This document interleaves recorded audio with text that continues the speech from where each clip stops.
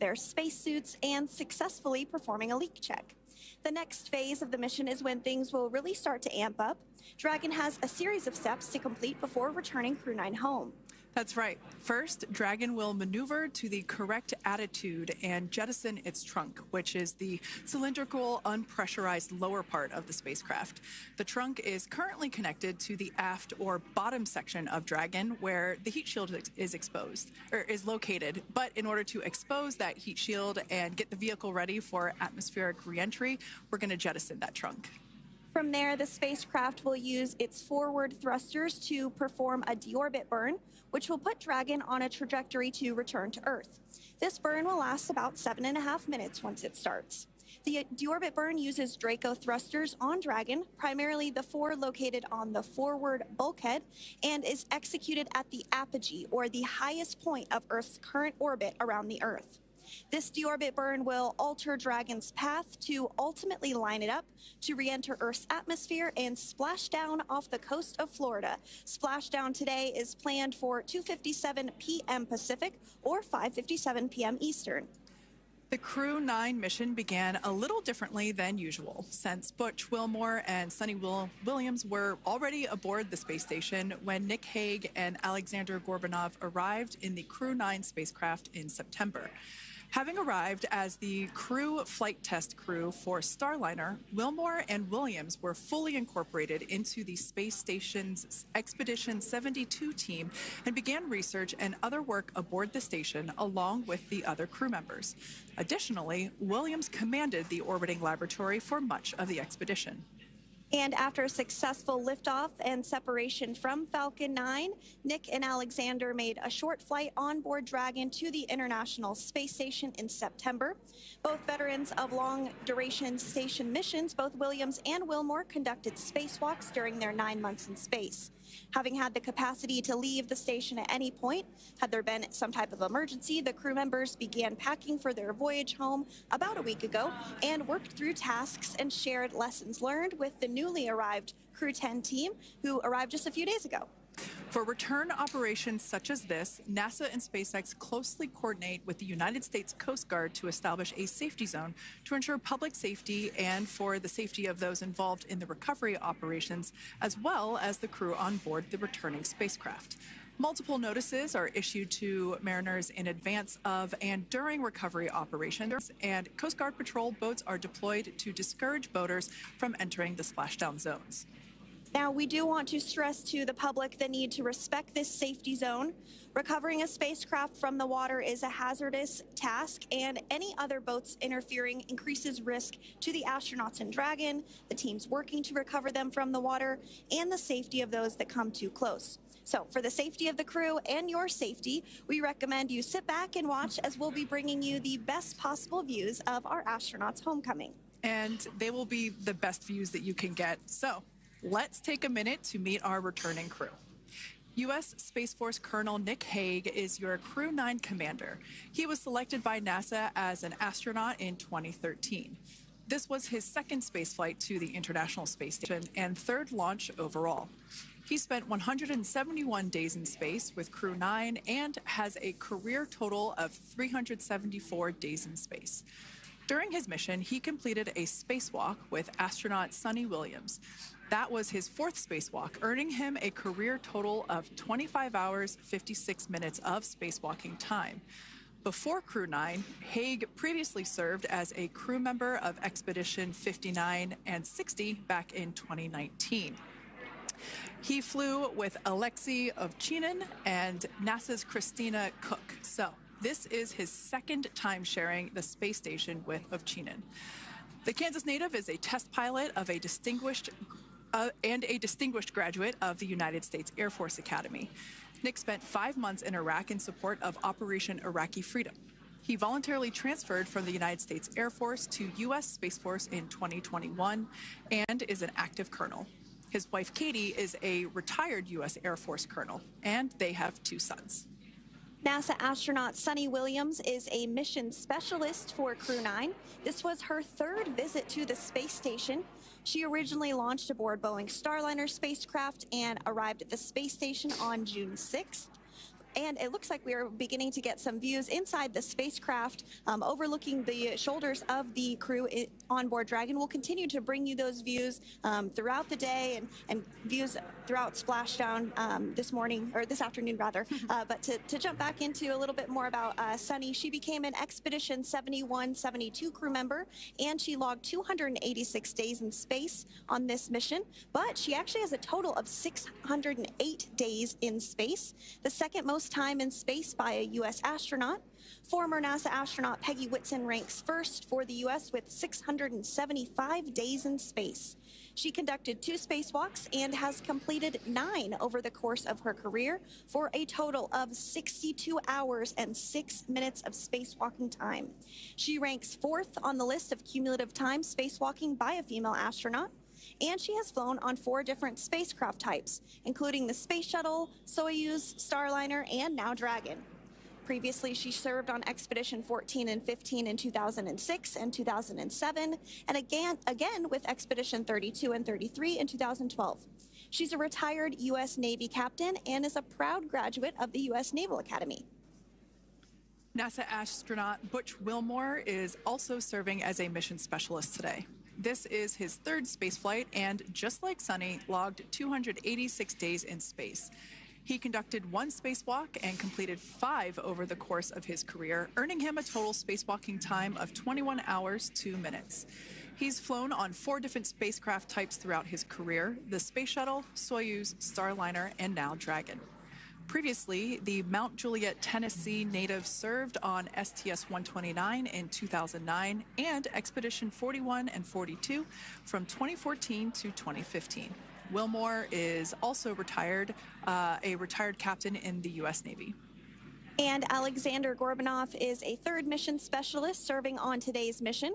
Crew 9 was his very first spaceflight to the space station, earning him a total of 171 days in space over the course of his career. Gorbanov, along with Nick Hague, saw the arrival of 4 visiting vehicles and saw the departure of 4 as well. The duo orbited the Earth more than 2,700 times during their mission. Before his cosmonaut selection in 2018, Gorbanov worked as an engineer for a rocket space corporation and helped support cargo spacecraft launches from the Baikonur Cosmodrome in Kazakhstan. To prepare for upcoming events, Dragon is currently doing a couple of things autonomously. First, it's isolating the thermal control system fluid loops from the radiator. This system is what will help keep the internal temperature of Dragon very comfortable for Nick, Suni, Butch, and Alexander during the re-entry phase. Dragon is also initiating separation of the claw mechanism, which will terminate data, power, and fluid connections between the spacecraft and the trunk in preparation for that trunk separation that I mentioned earlier. Now, as we saw before, we are hoping to get more views inside of the Dragon capsule. We will bring those, of course. We want to see more of our 4 crew members. But now a bit more of the Dragon Freedom capsule. It has flown on several missions for NASA. It first launched April 27th, 2022. To the International Space Station on NASA's SpaceX Crew 4 mission. It was subsequently used for 2 private spaceflight missions to the space station for Axiom Space, Axiom Mission 2 in May 2023, and Axiom Mission 3 in January of 2024. And of course, Crew 9 launched last year, is September 28th. So yeah, a little bit about the Dragon Freedom capsule. Here, a view that we have once again between the shoulders of Commander Nick Hague, who is on the left-hand side of your screen there, and Mission Specialist Alexander Gorbanov there on the right. That's right, Kate. And the next major milestone that we're looking ahead towards this afternoon is claw separation. We're targeting that claw separation at 2:05 p.m. Pacific time this afternoon, so less than 10 minutes from now. Continuing to get some views inside Dragon Freedom. To the far left there is NASA astronaut Butch Wilmore, and as you can see, the crew is suited up in their space suits.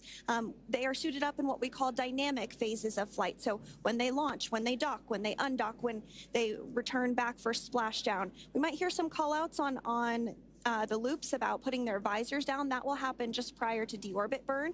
And you'll hear us pause when some of those communications happen. That's because we want to make sure that we are relaying the best information to you all, and so that you hear it as well.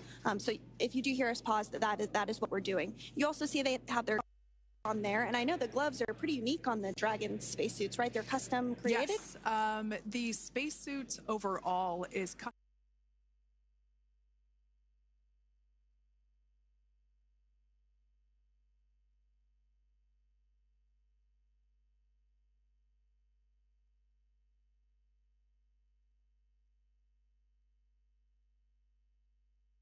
crew to monitor everything that Dragon is doing, along with those tablets that they have there on their legs. So yeah, the spacesuit itself is intended to act as a mini spaceship, if you will, as once the visors are closed, it is able to maintain a pressure in the unlikely event of a depressurization event for Dragon. So there we can see those screens I was talking about. So there in the center, we've got the location tracker, as well as on the left-hand side, it's mapping out the operations that Dragon is executing. The crew has to remain well informed of all these things that Dragon is doing autonomously. That basically means that Dragon is flying itself. The crew has the ability to gain control of the capsule if necessary, but the capsule is essentially going to bring itself home. But of course, in order to be familiar with Freedom, SpaceX, deorbit sequence start in 5 minutes.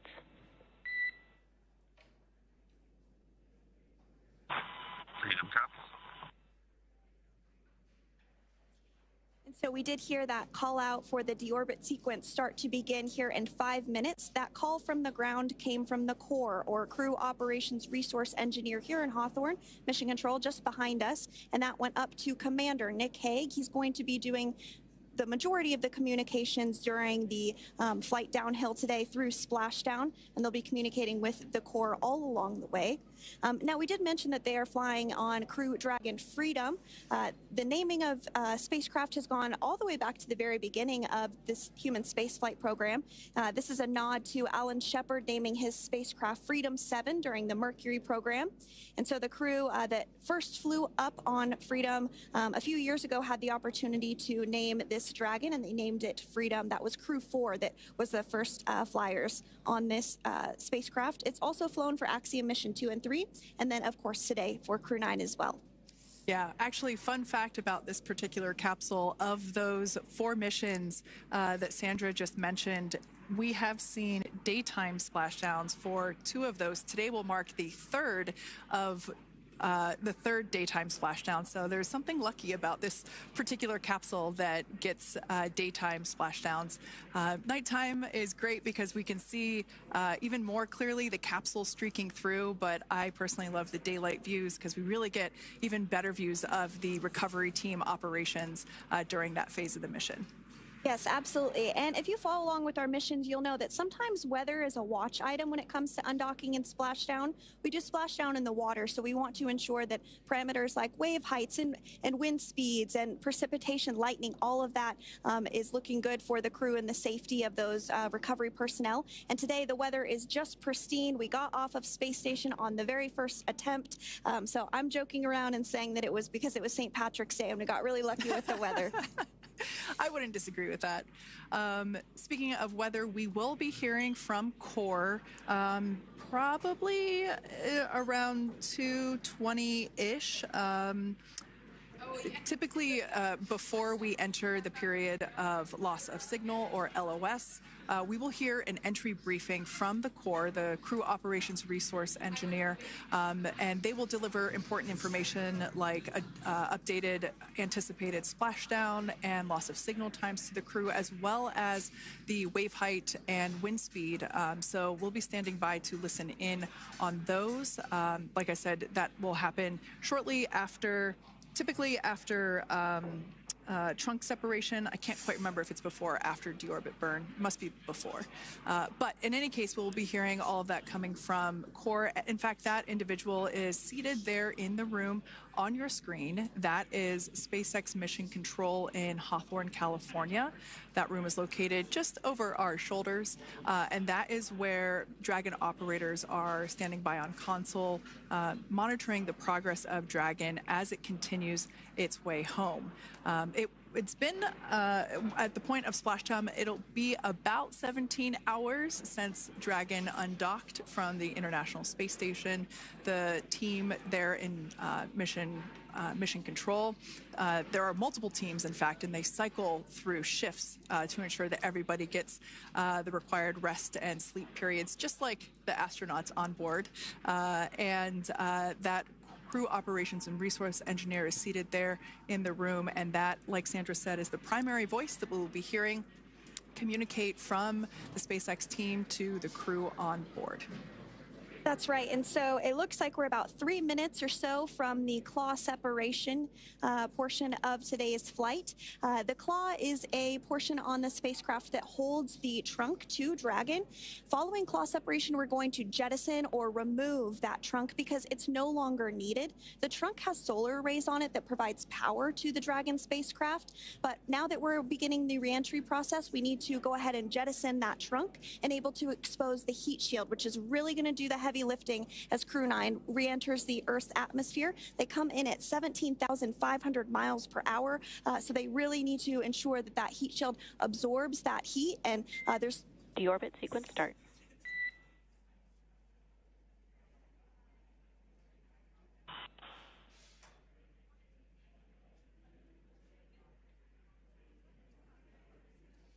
And so we did just get communications there that the deorbit sequence start has begun. So here in just a couple minutes from now, we expect to hear information or a call back about the claw separation having begun. And again, that kicks off that trunk separation portion that I was discussing to remove that, expose the heat shield, and then eventually we'll have the deorbit burn, and we'll continue to walk you through all of these milestones as we approach them ahead of our splashdown at 2:57 p.m. Pacific time this afternoon off the coast of Tallahassee, Florida. Yeah, we're very excited to bring the Crew 9 crew home. Sandra, we were talking about the trunk separation. That trunk is on a trajectory that will re-enter in the atmosphere and break up upon that re-entry. The heat shield itself is one of my favorite parts of the Dragon capsule. It is the workhorse of the re-entry phase. It will work to protect the Dragon capsule and the crew members on board during the re-entry phase as the temperatures outside of the capsule build up to, I believe, about 3,000 degrees Fahrenheit in excess of. And meanwhile, the interior of Dragon stays a very comfortable temperature. That heat shield does a lot of the work, and we'll see that plasma build up on the exterior of the capsule. As a result of the plasma that builds up, we will lose communications with the crew. This is known as loss of signal, or LOS. This is roughly a 10-minute period on average, even less than. I believe today it is probably about 6 or 7 minutes long. It kind of depends on the mission, and it happens for every Dragon capsule that re-enters the atmosphere.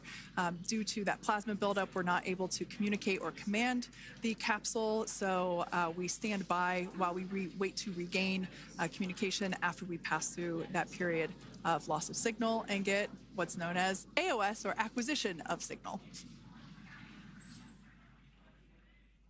Continuing to stand by for claw separation, and then we'll look towards trunk separation. It'll be just about a minute or so after that. That happens pretty rapidly in succession. Some of our milestones will take a little bit longer throughout the day. For example, we will have a deorbit burn after that will take about 7.5 minutes and helps get Dragon set up in the right trajectory to splash down in the Gulf off the coast of Florida. So continuing to stand by for claw separation.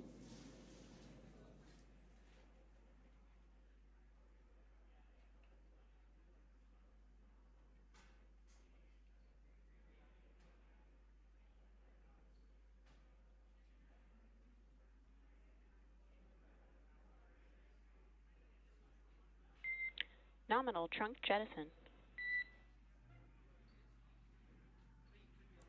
All right. Freedom copy. Great news there. That trunk has been jettisoned from the Dragon capsule.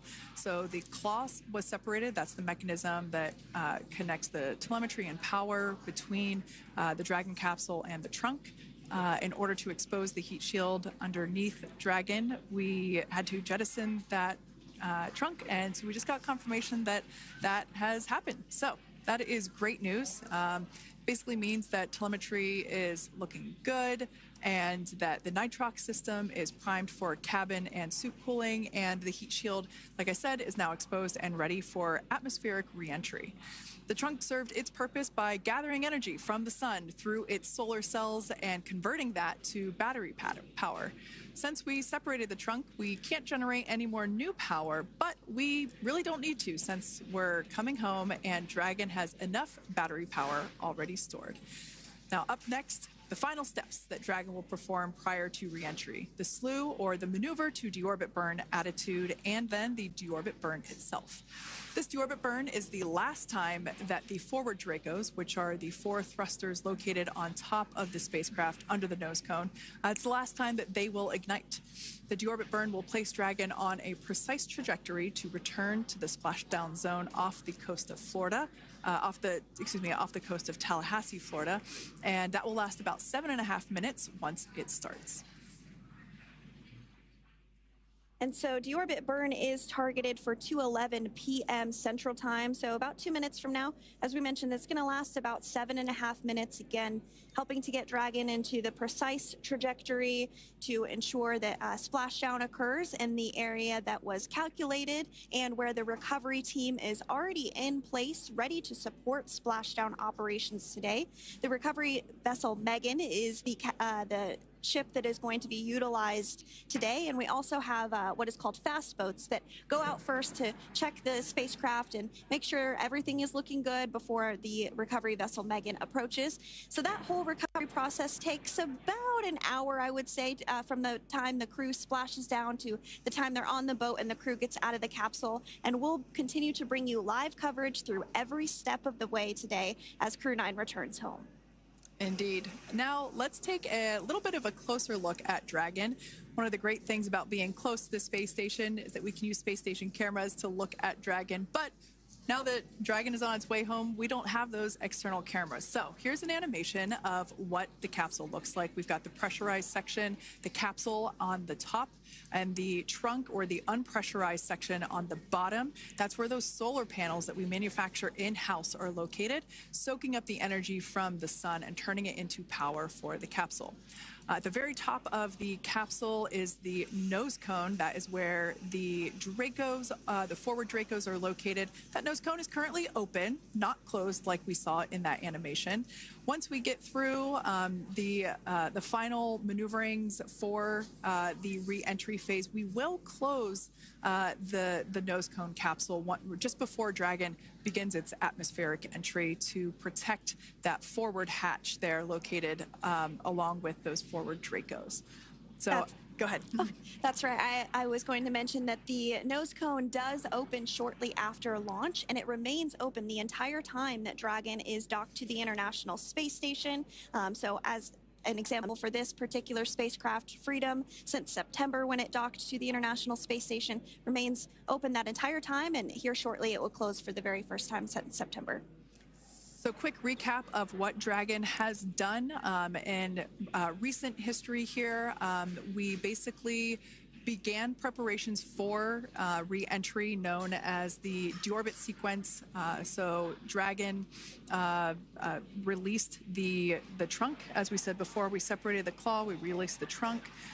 It next will slew to the deorbit burn attitude. Slew basically meaning maneuver, so it will position itself correctly to execute that deorbit burn. We want the heat shield side to be facing forward, or first, if you will. We want that to be the leading edge of the Dragon capsule, as that heat shield is meant to basically be an ablative material for the heat that it will incur. Once we complete that deorbit burn, attitude slew, we will initiate the deorbit burn itself. That will last for several minutes, expecting that to be to start here any moment now, actually, and then it will go until about 2:18 p.m. Pacific time or 5:18 p.m. Eastern time. And I did hear confirmation that that deorbit burn is underway. As we mentioned, it's about a 7.5-minute burn. So within the last 10 minutes, Dragon has jettisoned its trunk and initiated the deorbit burn just seconds ago. As mentioned earlier, for those operations, NASA and SpaceX closely coordinate with the United States Coast Guard to establish a safety zone to ensure public safety and for the safety of those involved in the recovery operations, as well as the crew on board the returning spacecraft. Multiple notices are issued to the mariners in advance of and during recovery operations, and Coast Guard patrol boats are deployed to discourage boaters from entering the spacecraft, the splashdown zones. So we do want to stress to the public the need to respect this safety zone.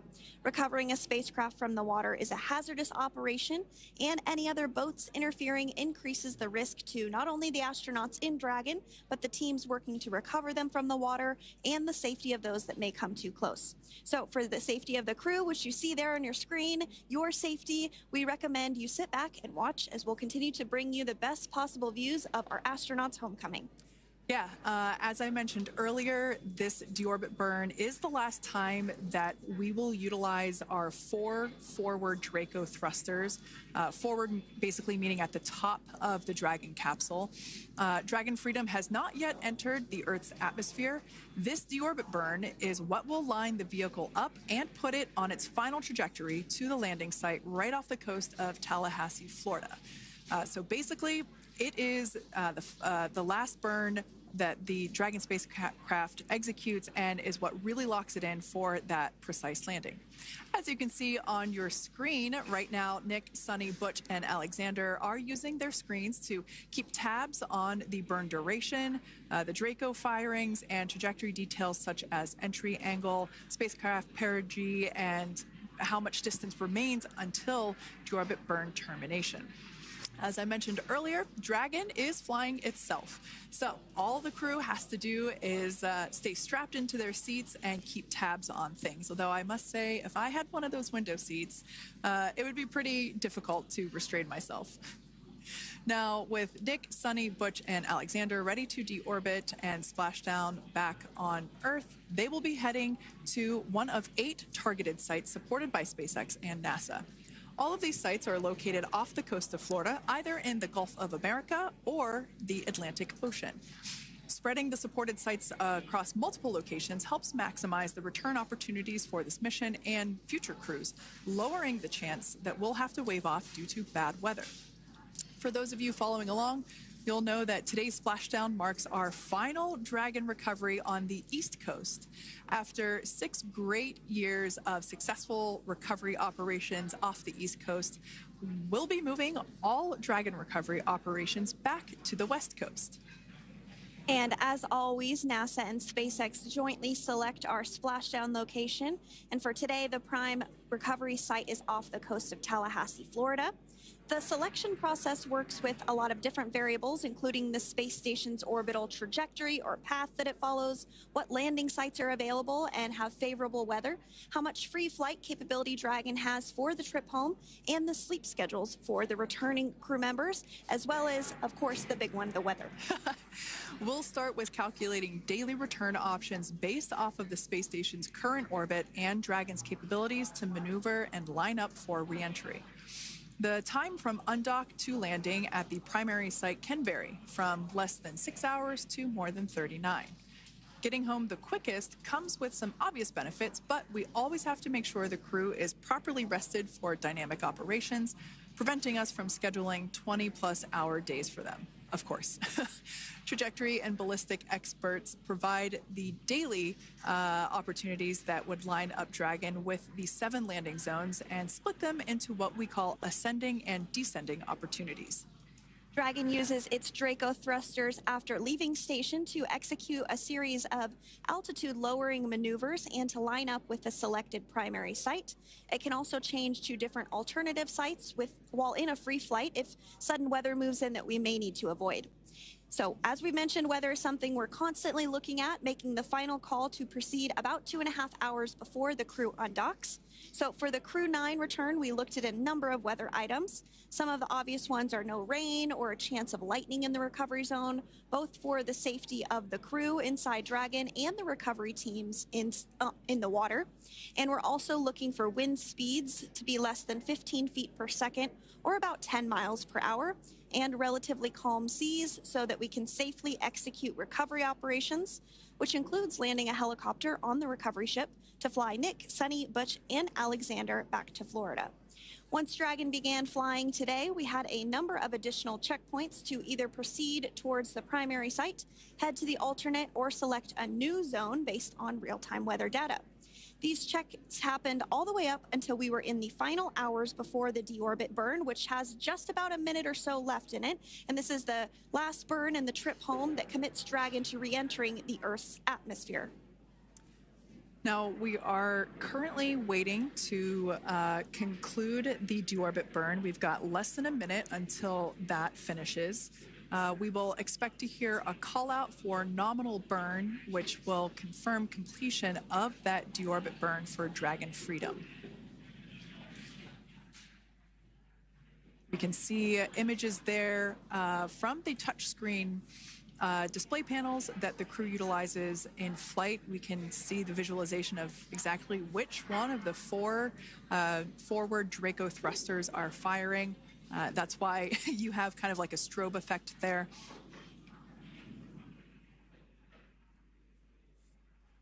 And if you're just joining us, you are looking at live views of the Dragon Freedom. On your left is Commander of Crew 9, Nick Hague. To his right is Roscosmos cosmonaut Alexander Grabenkin. And also in Gorbanov, excuse me, that is Alexander Gorbanov.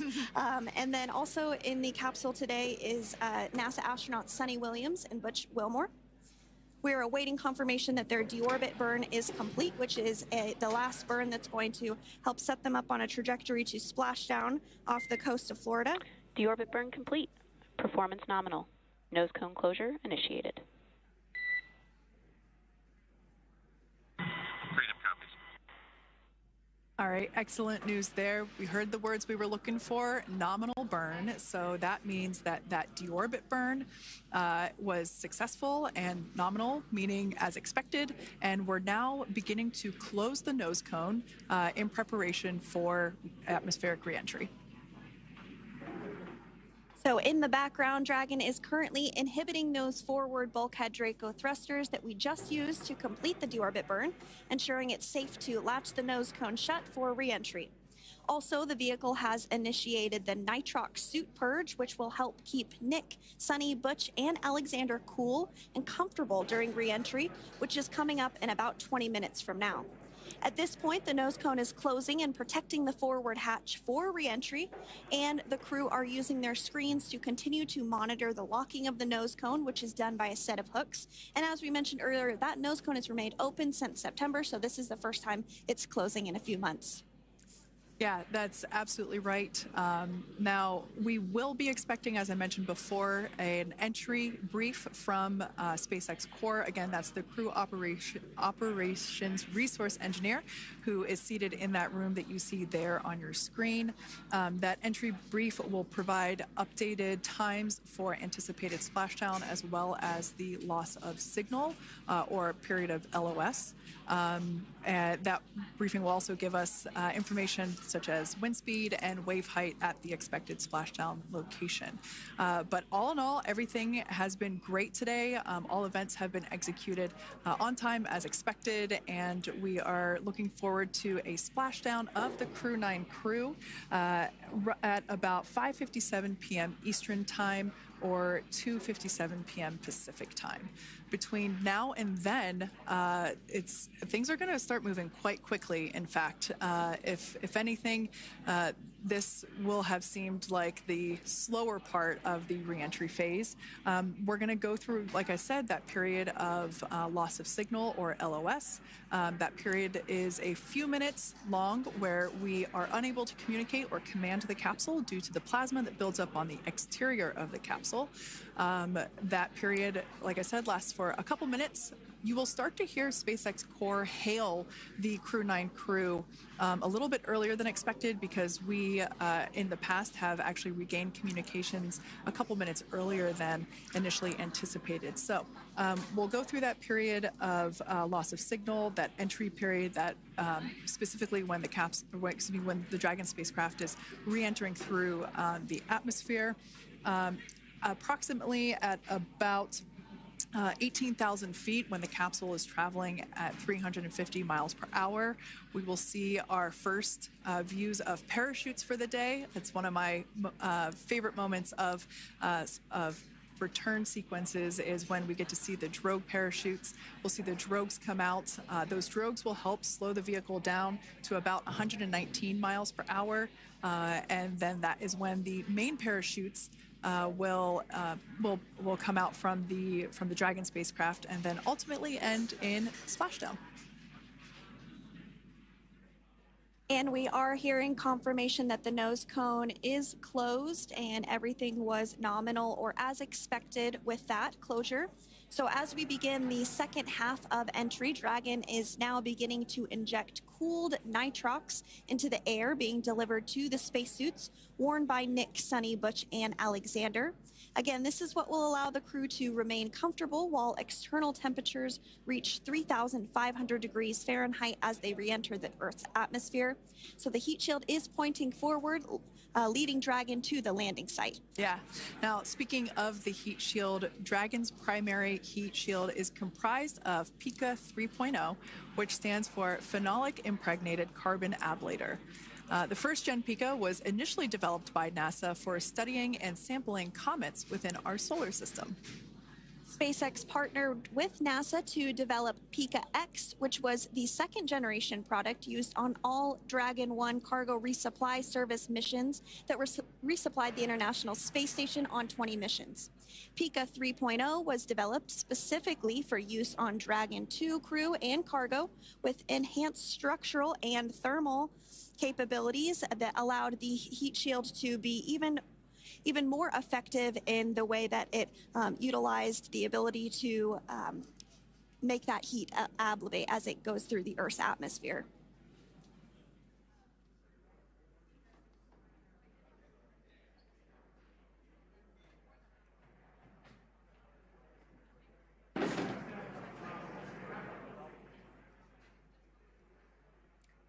The remainder of Dragon is composed primarily of a SpaceX proprietary ablative material. It's another class of thermal protection which is lighter weight versus PICA and protects the underlying composite structure during reentry to ensure the structural capabilities are maintained. While Dragon will experience temperatures well over 3,000 degrees during peak reentry conditions, the characteristics of the thermal protection system, coupled with the environmental control and life support system in the pressurized interior, will ensure that Nick, Suni, Butch, and Alexander stay cool and comfortable during all phases of reentry through Splashdown. Now, if you've just recently joined us, we hope to regain views of our crew members inside Dragon Freedom, but we don't have those available at the moment due to ground station coverage. So we will bring those back to you as soon as we can. Now, after Dragon Freedom has re-entered the Earth's atmosphere, a series of parachutes will deploy to slow the crew's descent. First will be the 2 drogue parachutes, followed by the 4 main parachutes, and those will guide Dragon to its first contact with Earth since it launched back in September. Dragon will automatically deploy these parachutes when different pressure and positioning sensors on the spacecraft detect that they're at the right speed and altitude. Vehicle velocity at drogue deploy is approximately 350 miles per hour, and they deploy at about 18,000 feet. Now, when the vehicle velocity at main deploy is approximately 119 miles per hour, and they deploy at about 6,500 feet. When Dragon splashes down in the water, the vehicle velocity will be about 16 miles per hour, so you can really see how those parachutes help to slow down the crew inside the capsule. The highest G-load the crew is expected to experience today is about 3 to 5 Gs. Yeah, when you think about really fun roller coasters, they're about in that range. So I'm sure that our crew on board will be well equipped to experience those Gs. It's nothing for them. They go through much more intense training. And so we are continuing to make our way through a number of milestones today. We did have trunk separation. Freedom, SpaceX. Nose cone is secure for entry. Freedom copies.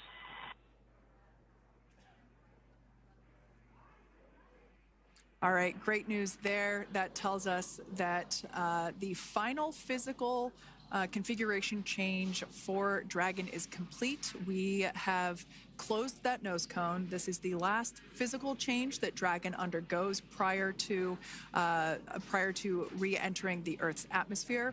It's important that that nose cone is completely closed because underneath it is not only where the 4 forward Draco thrusters are located, but it's also because that is where the forward hatch is located. That is the hatch that is utilized for the crew to ingress and egress from the station while it is docked on board. And since our capsules are flight proven and we reuse them on future space flights, we want to make sure that all of the integrity of that hardware remains intact. So that nose cone is successfully closed, and we're going to start moving pretty quickly here.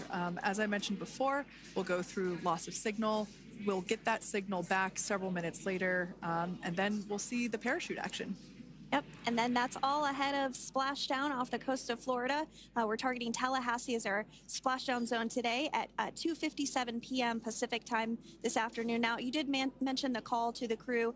They'll do some additional calculations following that burn and potentially let us know if that splashdown time has changed at all. But right now, we are continuing to target 2:57 p.m. And you can see there on your screen a path of where Dragon will be re-entering today. So if you are in the southern tip of Mexico, you might have the opportunity to see Dragon. Because it's a daytime splashdown, you probably won't have too great of views, but potentially you'll have the opportunity to get a glimpse of it there. Once again, Dragon operators, they're monitoring the progress of Dragon through this re-entry phase. That is SpaceX Mission Control, located here in Hawthorne, California. That is also where the crew operations and resource engineer is seated. That person is the voice that we have heard multiple times and will continue to hear as the primary point of contact to the crew on board Dragon Freedom. We will also hear the voice of Commander Nick Hague. Basically, after we hear the Corps communicate something, we will hear Nick Hague indicate that they copy, that they heard the message well, some sort of recognition that the message was received. And if you joined us yesterday for our coverage during the undocking, we were communicating through something that's called a big loop. We do that when we're in integrated operations with the International Freedom, SpaceX for entry sequence. Report when ready to copy.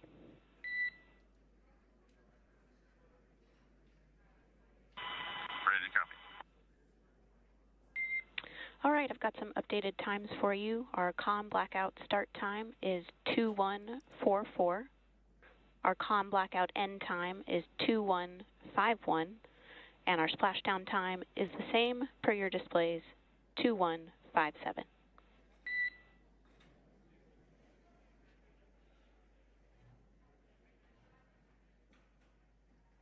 Okay. Understand comm blackout start 2144, stop 2151, splashdown per display. That's a good readback. And with that, please report when tablets are secured behind the elastic bands, restraints are tight, and visors are down.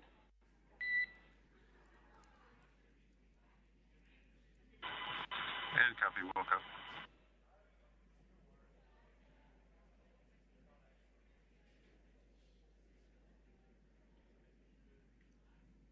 And with that communication from the Corps or Crew Operations Resource Engineer here in Hawthorne to Commander Nick Hague of Crew Dragon Freedom, we did hear that the loss of signal period is still at 2:44 p.m. Pacific, but we had a 1-minute adjustment to the acquisition of signal. That's going to now be at 2:51 p.m. Pacific time. However, our splashdown time remains the same at 2:57 p.m. Pacific time this afternoon off the coast of Tallahassee, Florida.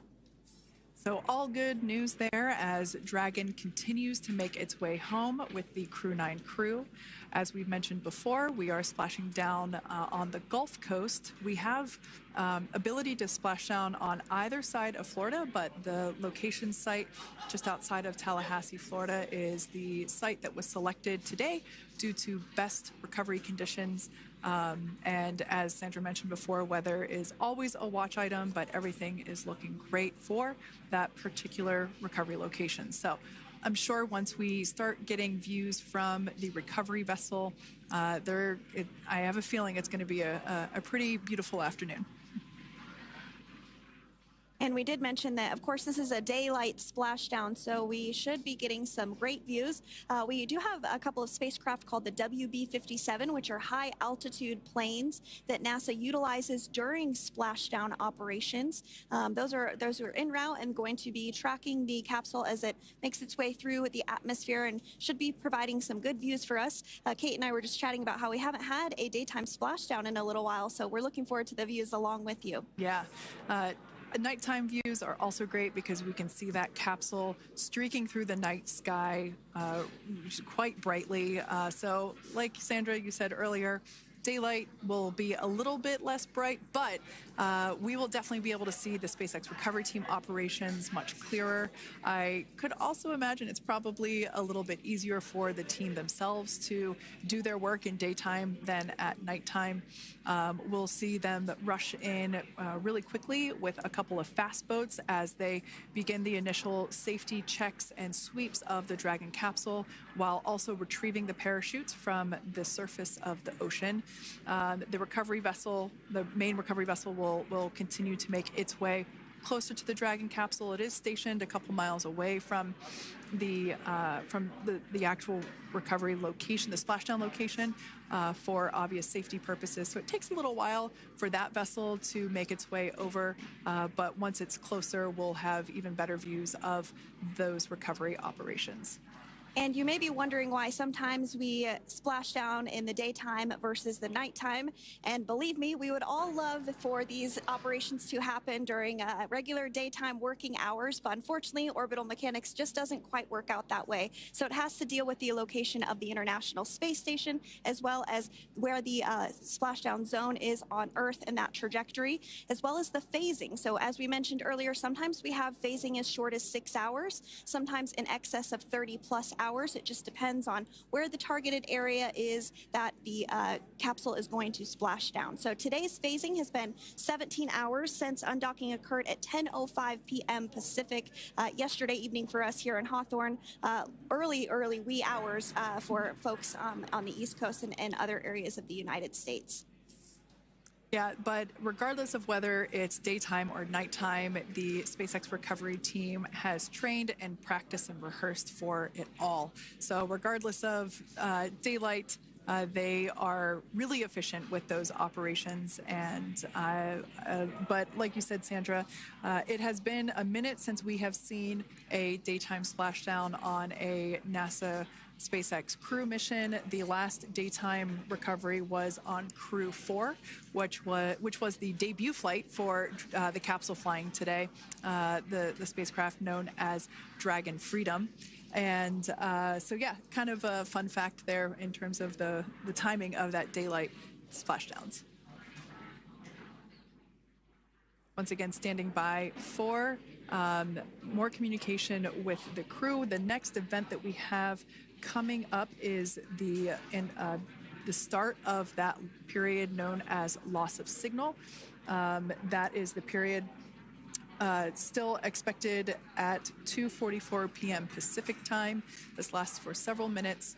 while the capsule is making its way through the Earth's atmosphere. The heat shield located at the bottom of the capsule, really doing all the work at that point in time in terms of using the atmosphere to slow the capsule down from its orbital speeds of 17,500 miles per hour. Our tablets are secure, restraints are tightened, visors down. We are configured for entry. Freedom, I copied. Tablets are secured, restraints are tight, and visors down.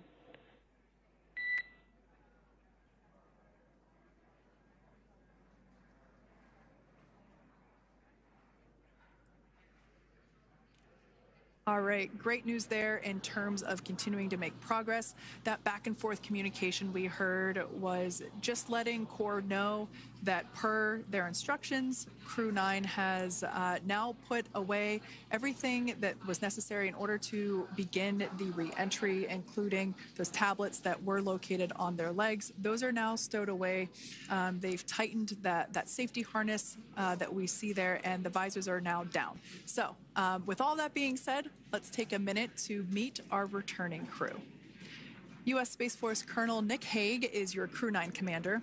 He was selected by NASA as an astronaut in 2013. This was his second spaceflight to the International Space Station and third launch overall. He spent 171 days in space with Crew 9 and has a career total of 374 days in space. During his mission, he completed a spacewalk with astronaut Suni Williams. That was his fourth spacewalk, earning him a career total of 25 hours, 56 minutes of spacewalking time. Before Crew 9, Hague previously served as a crew member of Expedition 59 and 60 back in 2019. He flew with Alexei Ovchinin and NASA's Christina Cook. So this is his second time sharing the space station with Ovchinin. The Kansas native is a test pilot and distinguished graduate of the United States Air Force Academy. Nick spent 5 months in Iraq in support of Operation Iraqi Freedom. He voluntarily transferred from the United States Air Force to U.S. Space Force in 2021 and is an active colonel. His wife, Katie, is a retired U.S. Air Force colonel, and they have 2 sons. NASA astronaut Suni Williams is a mission specialist for Crew 9. This was her third visit to the International Space Station. She originally launched aboard Boeing Starliner spacecraft and arrived at the space station on June 6th. Following the agency's decision to return Starliner uncrewed, she became an Expedition 71 and 72 crew member, where she logged 286 days in space on this mission. But Suni has a total of 608 days in space, the second most time in space by a U.S. astronaut. 5 minutes until predicted comm blackout. We'll see you on the other side at 21:51.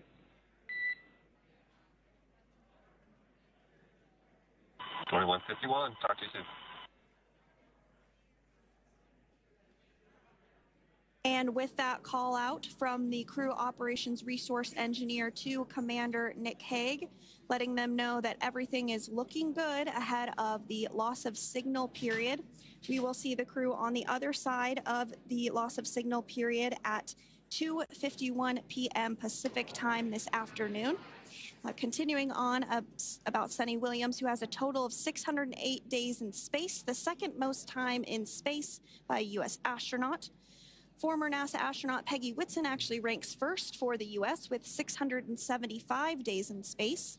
Suni conducted 2 spacewalks and has completed 9 over the course of her career for a total of 62 hours, 6 minutes of spacewalking time. She ranks 4th on the list of cumulative time spacewalking by a female astronaut, and she has flown on 4 different spacecraft types, including the Space Shuttle, Soyuz, Starliner, and now Dragon. Previously, she served on Expedition 14 and 15 in 2006 and 2007, and again with Expedition 32 and 33 in 2012. She's a retired U.S. Navy captain and is a proud graduate of the U.S. Naval Academy and was the first astronaut to run a marathon in space. Pretty awesome stuff. Now, NASA astronaut Butch Wilmore is also serving as a mission specialist today. This is his third spaceflight and, just like Suni, logged 286 days in space. He conducted one spacewalk and completed 5 over the course of his career, earning him a total spacewalking time of 21 hours and 2 minutes. He's flown on 4 different spacecraft types throughout his career: the Space Shuttle, Soyuz, Starliner, and now Dragon. Previously, the Mount Juliet, Tennessee native served on STS-129 in 2009 and Expedition 41 and 42 from 2014 to 2015. Wilmore is also a retired captain in the U.S. Navy. Next up is Alexander Gorbanov, who is the 3rd mission specialist serving on today's mission. Crew 9 was his first space flight to the space station, earning him a total of 171 days in space over the course of his career. Gorbanov, along with Nick Hague, saw the arrival of 4 visiting vehicles and saw the departure of 4 as well. The duo orbited the Earth more than 2,700 times since September. Before his cosmonaut selection in 2018, Gorbanov worked as an engineer for a rocket space corporation and helped support cargo spacecraft launches from the Baikonur Cosmodrome in Kazakhstan.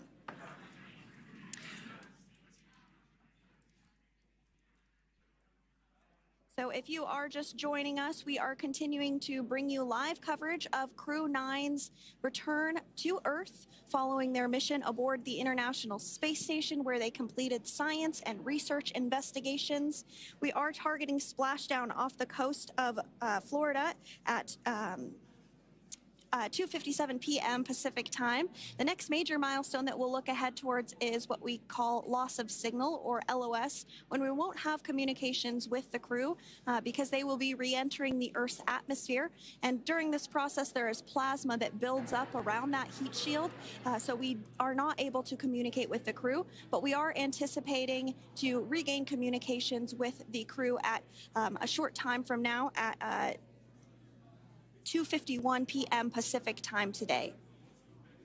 As we said before, everything continues to look good for the return of the Crew 9 team.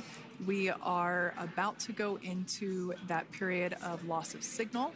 Once we get views of the crew inside the capsule, once again, we will be sure to bring those to you. But that period of time is when plasma is building up on the exterior of the capsule, generating heat in excess of 3,500 degrees Fahrenheit. So we are unable to communicate or command the spacecraft at that time.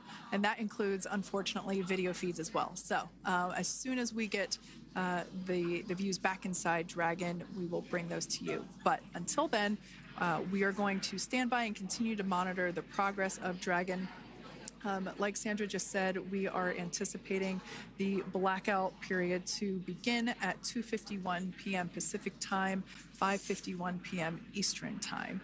This will last for several minutes. It's not super exact, even though we are predicting acquisition of signal, or AOS, to come back at 5:51 p.m. Eastern time.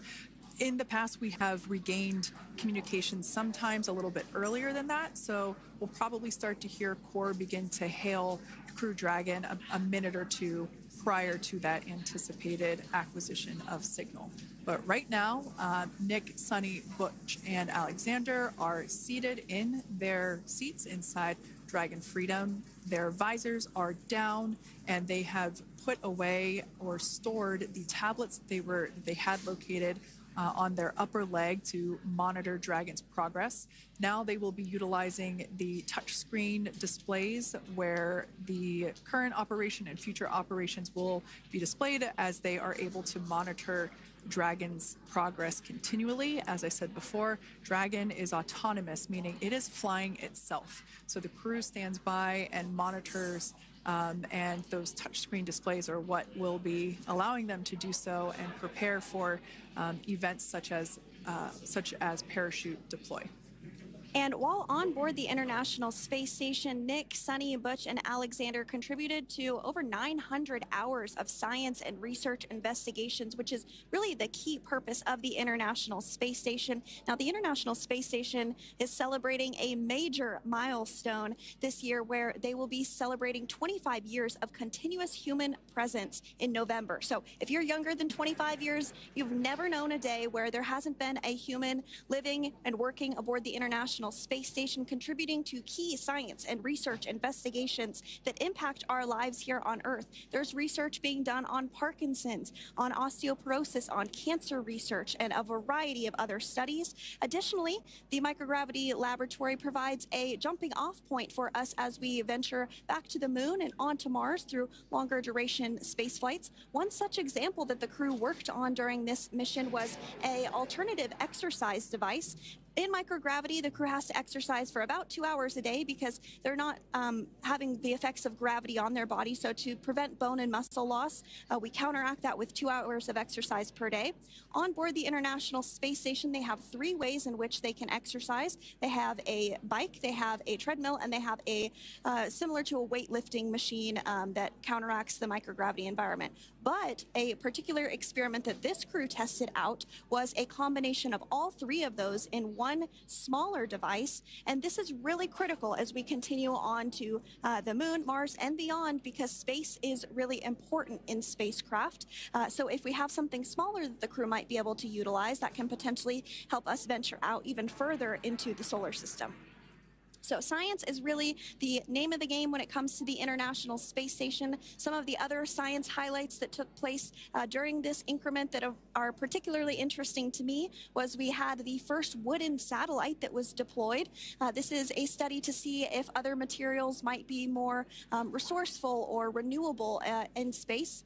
So I'm really excited to see the results of that one as well. Additionally, we had a couple of spacewalks that took place to not only provide maintenance to the International Space Station, but also where we swabbed the outside of the space station near vents to see if any microbes that we all have microbes on us, to see if any of those could survive in the harsh environment of space, which again is very important for us to know and understand as we continue to the moon, Mars, and beyond. Very exciting stuff. Now, at this point, we have now entered the communications blackout period for the Dragon spacecraft. This lasts approximately 7 minutes due to plasma formation around the spacecraft itself. During this time, no vehicle telemetry is received by mission control or the recovery team, and no external commanding of the vehicle or voice communication is possible. But as a reminder, Dragon is designed to fly itself. During re-entry, the vehicle will be slowing down from orbital velocity, which is approximately 17,500 miles per hour. The top temperature that Dragon will experience upon re-entry is 3,500 degrees Fahrenheit. This blackout period, as I said before, we expect it to last about 7 minutes today, concluding at 5:51 p.m. Eastern Time or 2:51 p.m. Pacific Time. We right there have our first view of Dragon Freedom coming home to Earth. And that view is from the WB-57, which is one of NASA's high-altitude planes that is tracking. Now, because of the way that this camera is configured, it does look like it is dark, but it is indeed daytime, and you're beginning to see that plasma trail as Dragon re-enters the Earth's atmosphere. All of that is expected. We are anticipating an acquisition of signal around 2:51 p.m. Pacific Time, so just minutes from now, and you may hear the core begin to hail out or call Dragon for communications and see if we can potentially get communications with them a little bit earlier. Following this, we'll have 2 events in rapid succession. We'll have the drogue parachutes deploy at 2:53 p.m. Pacific, followed by the mains just 1 minute later at 2:54 p.m. Pacific Time, ahead of a splashdown at 2:57 p.m. Pacific Time off the coast of Tallahassee, Florida.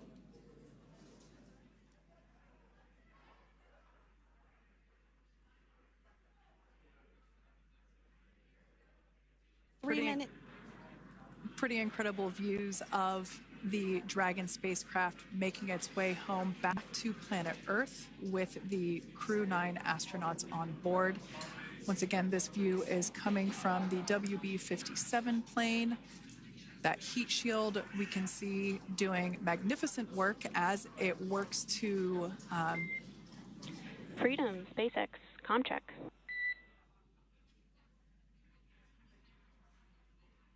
All right, we're going to start hearing the SpaceX crew operations resource engineer.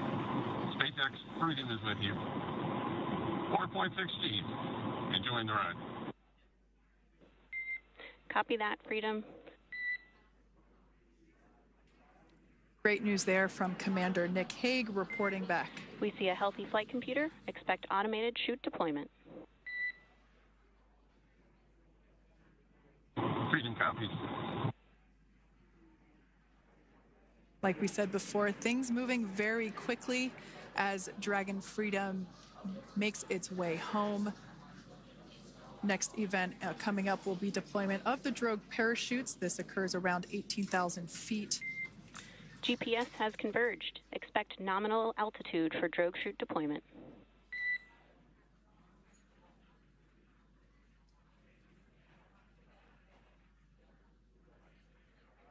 We're about 2 minutes away from deployment of those drogue parachutes.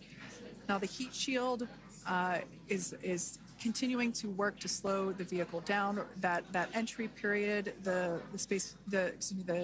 Dragon spacecraft went from orbital velocity about 17,500 miles per hour down to about 350 miles per hour. So it really gives you a sense of why that plasma builds up on the exterior of the capsule, thanks to the heat shield and the work that it does. Those drogue parachutes will slow it down from 350 to about 119 miles per hour. We can see 15 kilometers. Brace for drogue window. We can see seat rotation happening inside the capsule. Great to get those first views of our crew members. Once again, the capsules are going about 350 miles per hour when the drogues are deployed. Those drogue parachutes that we manufacture here in-house are going to slow the spacecraft down to 119 miles per hour. And that is when we will see the main parachutes deploy, and that occurs about 6,000 feet above the ocean's surface. And we are expecting drogue deployment at 2:53 p.m. Pacific, so we should see it any second now. And there you are getting a great view of Crew 9 inside Dragon Freedom as it returns back to Earth. We are awaiting the drogue deploys. This view coming from the WB-57 high altitude plane. And there you see it on your screen, drogue deployment. Drogue descent rate nominal. You can hear the crowd here. Visual on 2 healthy drogues.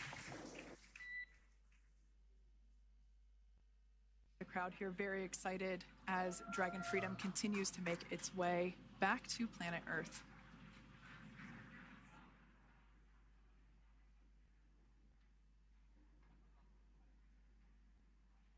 Next up, we'll stand by for the main deployment of the parachutes. The mains are quite a bit larger. You'll be able to notice the difference on your screen once they deploy, and they continue to ensure that the Dragon spacecraft slows down even further. As we mentioned, Freedom will be traveling 16 miles per hour when it splashes down off the coast of Tallahassee, Florida, here at 2:57 p.m. Pacific time this afternoon. And there we go. We have visual on 4 healthy mains. That view was from inside. Freedom copy. That view was from inside one of the buckets where the parachutes are located. So we see a great view there of the reefing on those parachutes. And as those main parachutes begin to inflate fully, 4 beautiful, healthy mains. Now awaiting visuals of Splashdown. Freedom, 1,000. We'll start to hear Commander Nick Hague. Copy 1,000. As we heard right there, Commander Nick Hague will be calling out the altitude of the Dragon capsule from here on out. Landing in water is simpler and provides more margin against unlikely parachute issues. You can see those parachutes continuing to slow the Dragon capsule down. And if you're just joining us, you're looking at 800 meters. a live view of Crew 9, just minutes away from splashing down off the coast of Tallahassee, Florida. Splashdown 2 minutes from now at 2:57 p.m. Pacific. We do have 4 healthy mains really doing the job there. Just breathtaking views of a calm, glass-like ocean off the coast of Tallahassee, Florida. Crew 9 just minutes away from splashing down. This is really such an incredible shot. That Copy, was 600. That was a live view from our recovery vessel, Megan, which is stationed a couple miles away from the splashdown site. We can see the crew there using their restraints as resting places for their arms. They were just in space moments ago, so their arms were able to float freely. 400 meters. This is a gorgeous bluebird day here that we have for the splashdown of Crew 9. It's incredible to think that the Dragon capsule just minutes ago was going over 17,000 miles per hour and now gently coasting to a soft splashdown. 200. Copy, 200 meters. Brace for splashdown.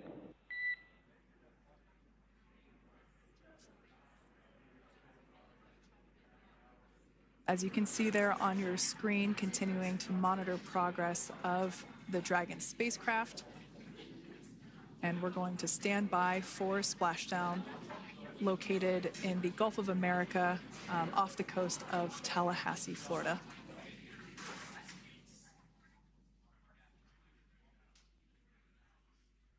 And splashdown. Crew 9 back on Earth.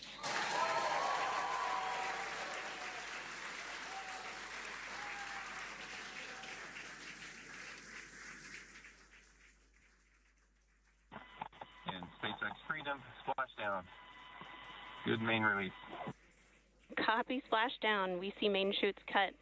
Nick, Alex, Butch, Suni, on behalf of SpaceX, welcome home.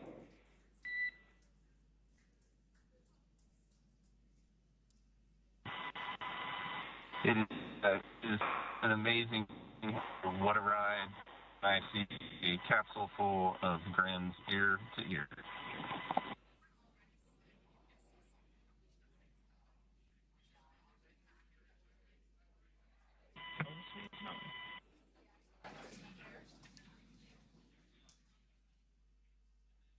And as you can see on your screen, we have visual confirmation of splashdown. Dragon Freedom has returned home and NASA astronauts. System safety verifications are in progress. We'll report back when recovery personnel are en route.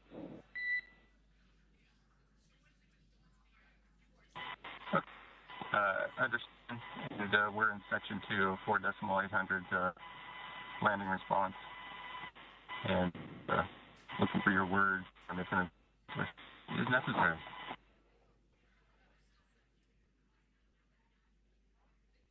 In the distance, we can see the recovery vessel making its way. Copy, you're in section 2 for the environmental assessment in 4.800. That is not necessary today. Understand. Raise and advise. So we will continue to have communications between the Corps and Nick Hague, the commander of Crew Dragon Freedom, which just splashed down 2 minutes ago off the coast of Tallahassee, Florida. Dragon Freedom has returned home with NASA astronauts Nick Hague, Suni Williams, Butch Wilmore, and Roscosmos cosmonaut Alexander Gorbanov. They're back on Earth after approximately 17 hours of a return journey from space. The SpaceX recovery ship and team have been waiting for Dragon's splashdown, and they will now make their way to the splashdown location. The teams have been ready and waiting about 3 nautical miles away, so it's going to take them about 30 minutes or so to make their way and to SpaceX Freedom. Pretty sure we're in stable 1. Copy, stable 1. We see the same. It's going to take about 30 minutes for the recovery team to make their way over to Nick, Suni, Butch, and Alexander, who are still seated and secured inside that Dragon spacecraft there on your screen. Incredible views there of that thermal protection system, or TPS. That Dragon capsule was pristine, white color before it departed the station, and we can see how the reentry phase, the thermal protection system did its job. Now, if you're wondering what that hole, that like bucket area is, that is underneath the side hatch. That is where the main parachutes were stored. So when we saw the Dragon capsule docked at station, it looked very different. The panel that protects and covers the main parachutes, that was still intact, as well as the panels that enclose where the drogue parachutes are located. We can see those fast boats. SpaceX is go for recovery personnel to approach. Expect personnel alongside in the next few minutes. Freedom copies. We can see those fast boats. We weren't kidding when we said they were fast. While it does take about 30 minutes for the main recovery vessel to make its way over to the capsule, these fast boats will be doing a couple of things simultaneously. A couple of them are going to be working to retrieve the parachutes that you see in the background there of this drone shot. Those parachutes will be retrieved from the ocean surface. We want to make sure we are able to pull those out. The recovery vessel there closest to the spacecraft is going to be performing some safety checks. We can see there they're using an instrument that is basically working to detect if there are any hypergolic vapors or fumes that are still residing in and or around the Draco thruster nozzles or outlets. The hypergolic fuel, which is necessary for on-orbit burns to maneuver the spacecraft.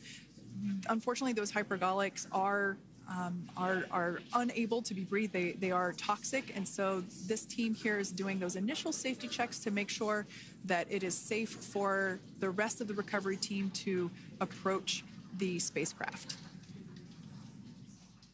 They're also checking to make sure that any residuals from the pyros are safe and are not going to cause any issues. We can see the team working their way around the spacecraft to do these basically these sniff tests on all of those Draco thrusters. And as we continue to await the recovery of our Dragon spacecraft with NASA astronauts Nick Hague, Suni Williams, Butch Wilmore, and Roscosmos cosmonaut Alexander Gorbanov inside, Dragon has autonomously completed several steps to safe itself following splashdown. We are continuing to see Dragon in what is known as stable 1 configuration. That's kind of the ideal configuration following splashdown. It's upright, and the Dragon capsule's in the right configuration for it to be hoisted into the recovery vessel Megan, which you do see a little ways off in your screen approaching. Dragon will continue to remain live on air with you through that recovery process, all the way through the point where the crew is extracted from the Dragon spacecraft. Now, if you are just joining us, the mission has gone smoothly so far. Dragon successfully splashed down off the coast of Tallahassee, Florida at 2:57 p.m. Pacific, 5:57 p.m. Eastern Time this afternoon. Approximately 17 hours prior to splashdown, Dragon autonomously undocked from the International Space Station, completed a series of departure burns, jettisoned its trunk section, and performed its final burn, the deorbit burn. This placed the Dragon spacecraft on a trajectory toward Tallahassee, Florida. Dragon successfully re-entered the Earth's atmosphere, followed by deployment of its parachutes to slow the spacecraft down to a gentle splashdown. We're now going to follow the Freedom. Hypergol sweeps and unfired ordnance checks are nominal. Rigging is in progress. Approximately 25 minutes until capsule lift. Stand by for PMC with SpaceX flight surgeon.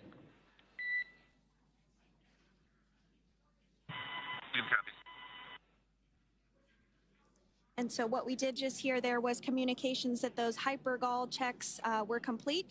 They didn't find any of that upon those checks, so we'll continue to move through the timeline. Next up is a process called rigging, which you see happening right now on your screen. This is when a SpaceX recovery personnel actually works to climb aboard the capsule and work through procedures ahead of lifting onto the nest of the recovery vessel Megan. We heard it's going to be about 25 minutes or so until that lift actually takes place.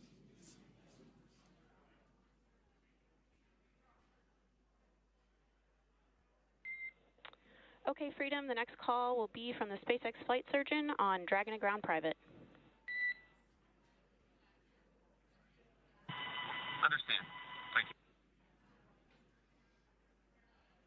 Callouts there indicating that the crew will have the opportunity to do a quick check-in with the SpaceX flight surgeon.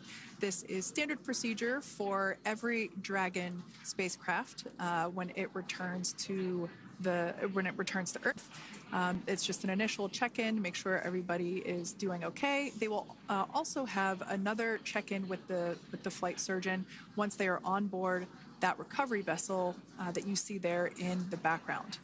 We can now see that SpaceX recovery team member they're on top of the Dragon spacecraft. They are going to be working to install plugs in the Draco thrusters to ensure that none of those, and to ensure that no more hypergolic fumes or vapors come out from the spacecraft. They'll also place harnessing around the spacecraft that are required in order to lift it out of the water. Go ahead, Sandra. Continuing to get some views of the recovery personnel, both the main recovery vessel, Megan, as well as some of those fast boats that we've discussed previously. It looks like just a beautiful day there out off the coast of Tallahassee, Florida. Weather was pristine. We were able to get undocked from the International Space Station as expected at 10:05 p.m. Pacific time yesterday evening, and Crew Dragon has since completed steps ahead of its splashdown at 2:57 p.m. Pacific, and we're now stepping through procedures to get Dragon hoisted up onto the Megan recovery vessel and get the crew extracted out of the spacecraft.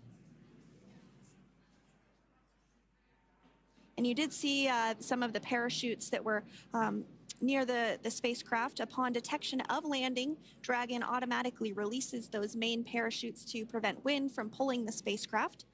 Dragon then automatically safes any pyrotechnics that may still be present on the vehicle and may automatically perform additional minor system reconfigurations. The astronauts will remain seated and in their suits at this point, but the onboard air conditioning keeps things temperature controlled inside the spacecraft so the crew remains comfortable, and the communication systems. Freedom, SpaceX, ComCheck. SpaceX, this is Freedom. We loud and clear. Copy that, Freedom. Have you loud and clear as well, and Dragon to Ground is no longer private. Understand, thank you. As we saw there on the screen, we have a couple of fast boats in the recovery fleet that have quickly moved into the splashdown location. They are being followed by one of the main recovery vessels, which will move into position upwind of the spacecraft. The two fast boats have very specific roles. Excuse me. The first approach is focused on immediate safety inspection, as we saw. They do this for spacecraft integrity and checking for any presence of those hypergolic propellant vapors. And this ensures that it is safe for the recovery vessel to approach Dragon. Once Dragon is cleared for full approach, as we heard is the case today, the team begins rigging the spacecraft for water recovery by the recovery ship. The second fast boat is responsible for parachute recovery and also serves as a redundant boat to the first one that makes the initial approach to the Dragon spacecraft. As we saw a little bit earlier, we were also able to see one of the recovery team members get on a jet ski to help gather up the parachutes that were automatically detached from the Dragon spacecraft upon splashdown. And it will take a little over 10 minutes for the recovery crew to complete their safety checks. Once they complete, the team will begin preparing Dragon to be lifted, and as you see, they are preparing for that to take place at this point. As part of the preparation for this lift, one member of the recovery team has climbed on top of the spacecraft already, so they can attach Dragon's hoist rings and connect to the lifting lines. It will take us less than an hour to raise Dragon to the recovery boat and remove the crew from the spacecraft. After medical checkouts, the crew will return to land within 4 hours by helicopter. And if no additional medical assistance is needed, the crew will board a waiting NASA plane and depart for Houston.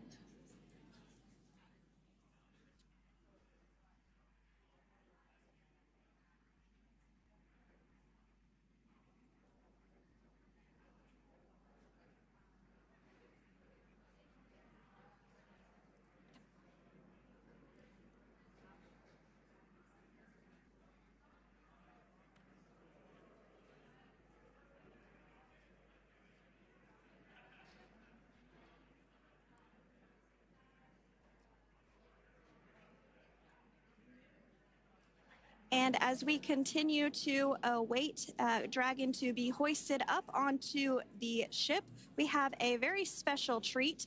NASA Public Affairs Officer Jaden Jennings, who is actually on the recovery vessel and had a bird's eye view of the splashdown today. Jaden, how are you? How was the view from the recovery vessel? Hi, Sandra. How do you hear me? I've got you loud and clear, Jaden. It's so great to hear you. Awesome. So Splashdown, Sandra, was nothing Freedom, short of be advised. spectacular. We are transitioning the forward link. Comm will be unavailable for approximately 5 minutes.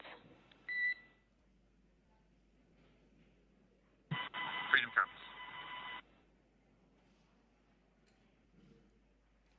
Thanks so much, Jaden. We did just have some communications letting us know that we'll have about a 5-minute period where we won't be able to hear from the crew. So please go ahead, tell us, how was the view from the recovery vessel? Absolutely. Yeah, I was mentioning earlier, Splashdown was nothing short of spectacular. And we were stationed about 1.5 nautical miles away from the splashdown zone and had great visuals here on the recovery vessel Megan. We actually saw a little of the smoke trail as the spacecraft was coming in, and then moments later we spotted those drogue chutes, and this was quickly followed by 4 healthy white and orange main parachutes. We then tracked Dragon all the way down as it slowly propelled into the ocean. And I think I speak for all of us on the ship when I say a new core memory was made today, and we are looking forward to having Crew 9 on board with us a little later.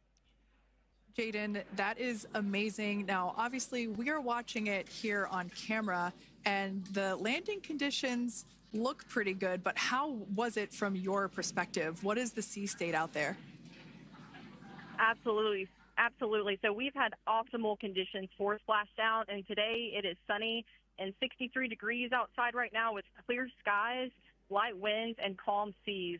The sea looks absolutely beautiful right now, and light blue with the sun reflecting from it. And Kate, I think the crew's going to like what they feel weather-wise on this picture-perfect day for Splashdown off the coast of Tallahassee.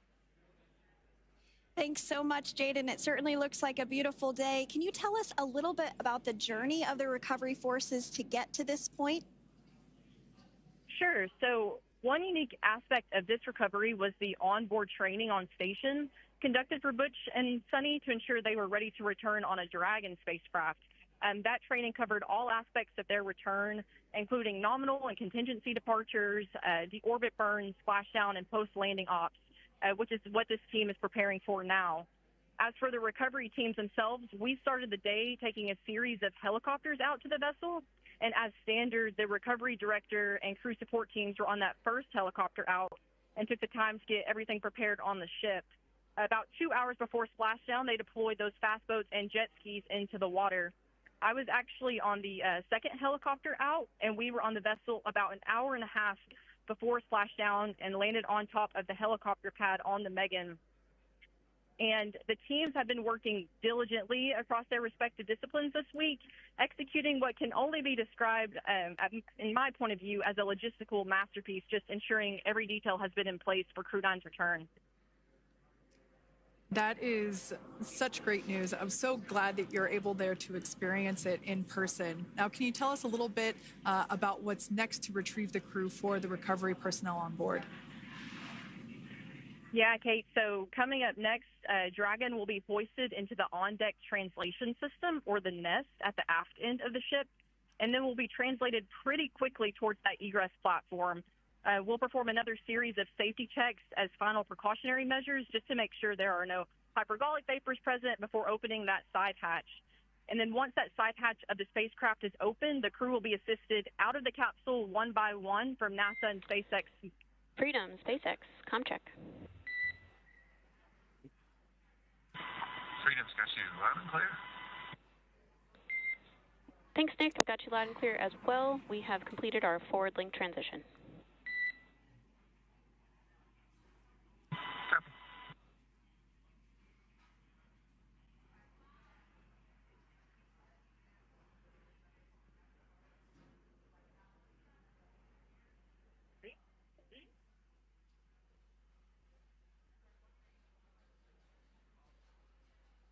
And Jaden, if you did just want to go ahead and let us know what is next to retrieve the crew. We are continuing to get some great views on our screen, but I know you have an even better view yourself. Oh, yeah, Sandra, this view is absolutely unbeatable. So just to kind of finish off what I was saying is once that side hatch of the spacecraft is open, that crew will be assisted out of the capsule one by one from NASA and SpaceX medical personnel, where they will then head to the med bay. And after those medical checks, they will get on that first helicopter out and arrive at the airport, where they will then board a NASA plane and then head back to Houston, Texas at the Johnson Space Center to begin their post-flight period. And we're eager to see the Crew 9 astronauts back on Earth, and we'll keep you updated on every moment of this process. And with that, I'll toss it back over to you guys in Hawthorne. Thank you so much. That was Jaden Jennings, NASA Public Affairs Officer, who watched Freedom splash down firsthand from the recovery vessel Megan. Thanks so much, Jaden. So we are continuing to get these great views on our screen here of Freedom. As we mentioned, it splashed down at 2:57 p.m. Pacific time off the coast of Tallahassee, Florida. The recovery personnel are continuing to step through procedures to hoist Dragon onto the recovery vessel Megan there, which is now coming into view. You can see just how close Megan is at this point, and that's that helicopter pad that Jaden was just discussing, where the crew will fly off of onto the coast of Florida, and then eventually they'll fly back to Houston. Just underneath that helicopter pad is that translation deck where we will see the nest once it is loaded up with the Dragon spacecraft on board. The nest will be translated to the forward end of the recovery vessel, and that is where our Crew 9 team members will egress from the Dragon spacecraft. Now, here on your screen, we can see dolphins, actually, who want to come and play with Dragon. Now, one of the fast boats there in place, working to assist the recovery team member. It's incredible. I just love these views. We really see them even better in daytime, but just seeing the recovery team work in tandem to step through each step, to step through each operation. You know, obviously they're getting quick assists from the honorary part of the recovery team, those dolphins in the water there. Now, the recovery team member that is crawling around the Dragon spacecraft. Earlier we saw a view where it was like a spider monkey pose.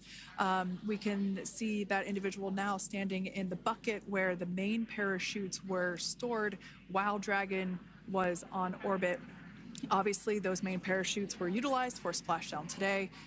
They were deployed and cut from the Dragon capsule, and one of the fast boats, one of the other fast boats of the recovery team, working to pull those out of the water. Now, the recovery team member that is there working on top of the Dragon capsule. Earlier, we saw that person performing safety checks. Now we can see some harnessing being placed around the capsule. This harnessing is what will be used to lift the Dragon capsule out of the water and onto the recovery vessel. Wow, we got a cute little pod of dolphins. It wasn't just one or two. I mean, that water just looks beautiful. We had ideal splashdown parameters today. Obviously, wave height, ne'er a concern. The weather is beautiful, as Jaden mentioned, in the 60s, sunny. Looking forward to seeing Crew 9 exit the capsule here shortly once they get hoisted onto the recovery vessel Megan. We can see that recovery vessel slowly but surely closing the distance there between, oh, dolphin cam back again. We can see that the Dragon capsule and the recovery vessel, that distance is closing. Again, this is just one more step as we continue to work recovery operations for Dragon Freedom, and we anticipate the lift of the Dragon capsule to occur here in just a few minutes. Now, once all of the rigging is on the capsule and it's hooked up to the recovery vessel, we will see the hydraulic arm, which is that kind of like bridge-like structure there at the aft end of the recovery vessel. We'll see that articulate backwards, and that's a good sign that we're getting even closer to pulling the capsule out of the water. It will then move forward, and the capsule will be placed inside of what you can see there is basically a basket. We call it the nest, Dragon nest, where that's where the capsule will be placed in order for it to be translated to the forward end of the vessel and for the astronauts to egress. And before that does take place, we'll have potentially views of the rigger go ahead and jump off of the spacecraft there. That typically occurs when the spacecraft is a little bit closer to the recovery vessel, and we usually get a really good view of that particular operation from one of the onboard cameras from the recovery vessel. That is an operation that I have a lot of respect and admiration for, that individual that does that.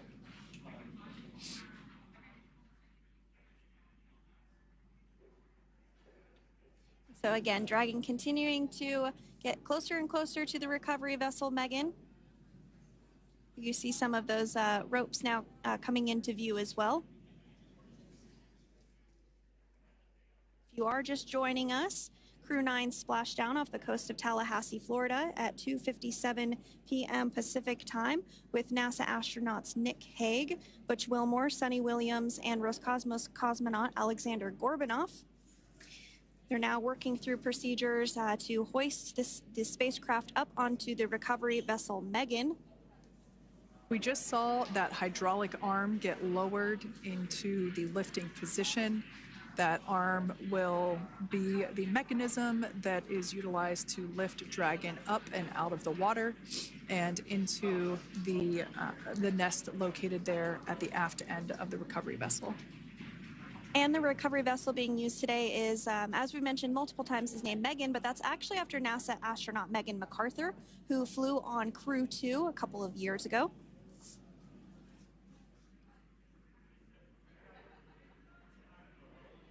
We're getting some views now from actually inside the boat. Yeah, you're exactly right. This view is straight down the recovery vessel. That platform that was closest to the camera, that is the egress platform. Freedom, rigging is almost complete. Approximately 5 minutes until capsule lift. Great news there from SpaceX Core. So about 5 minutes left until we see Dragon Freedom get lifted out of the water. That hydraulic arm, as I said before, is the mechanism that will lift it. It's quite swift, actually, the whole process of getting the spacecraft. Brace for capsule lift. Bracing. There it goes, Dragon Freedom being lifted out of the water and onto our recovery vessel, Megan.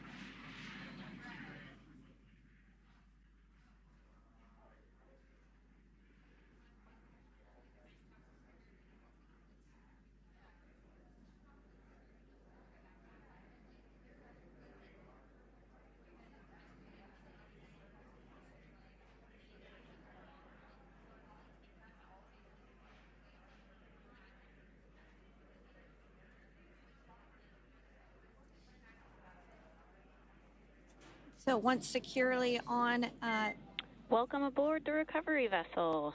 Recovery personnel are completing final checks and stand by for translation to the egress platform.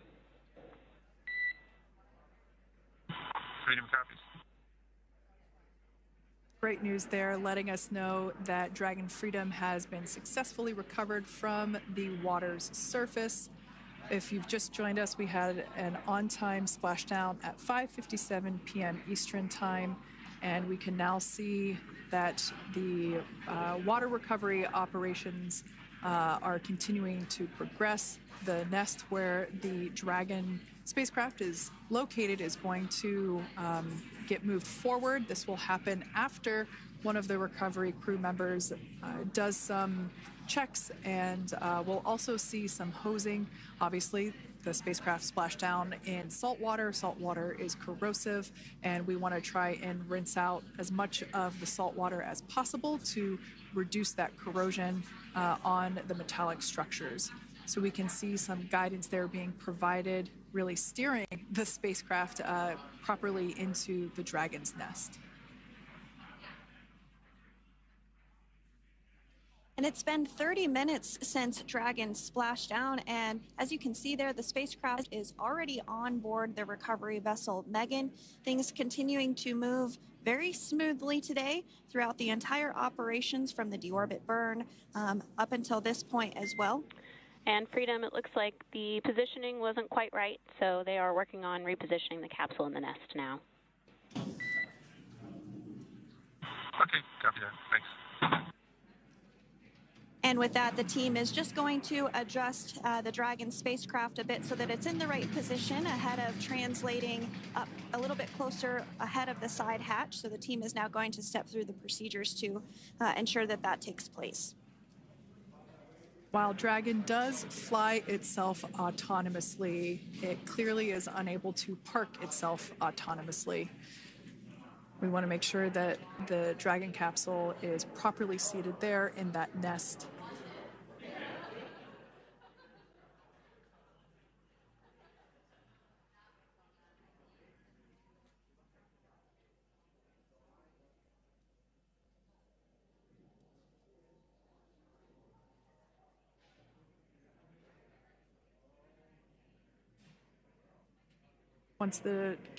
Once Dragon is fully seated in the nest, we'll probably see a bunch of that salt water come out from the bucket there located underneath the side hatch.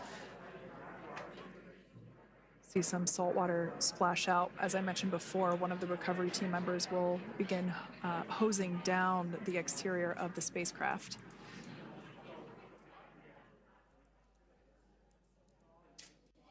So you are continuing to get some great live views on your screen of Crew 9, which includes NASA astronauts Nick Hague, Suni Williams, Butch Wilmore, and Roscosmos cosmonaut Alexander Gorbanov, who splashed down off the coast of Tallahassee, Florida, 2:57 p.m. Pacific time this afternoon. Now working to get that spacecraft situated in the nest. Just making some final adjustments and tweaks to ensure that it's nice and secure.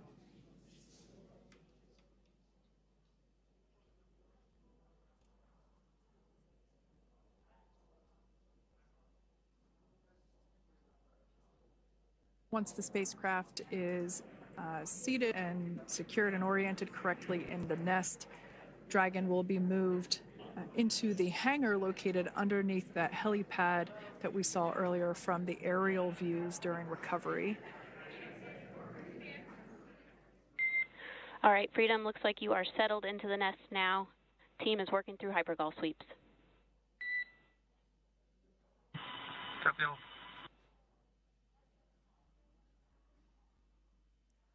Call out there telling us that the recovery team is doing the second round of those hypergolic sweeps.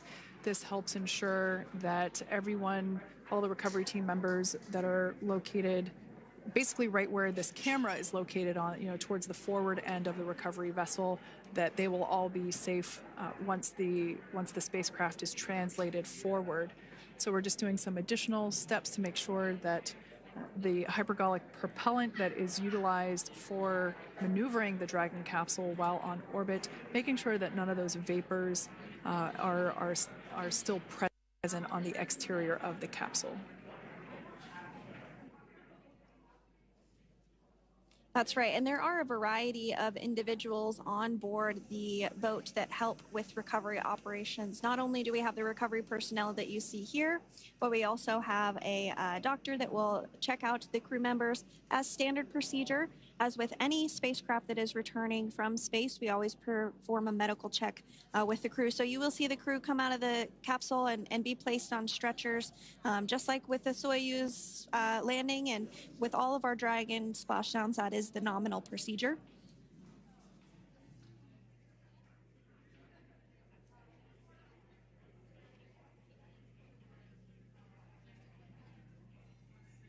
We'll stand by to see Dragon Freedom translate or scooch up a little bit closer to the camera angle that we're seeing right here.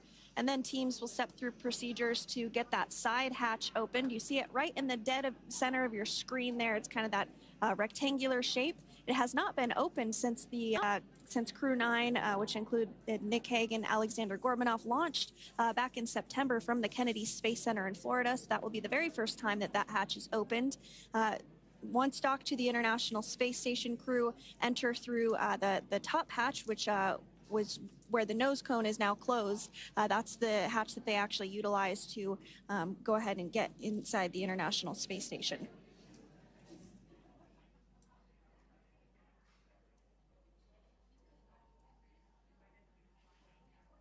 So as we get a little closer to that hatch opening procedure, you might start to see more individuals come into frame for some of that support.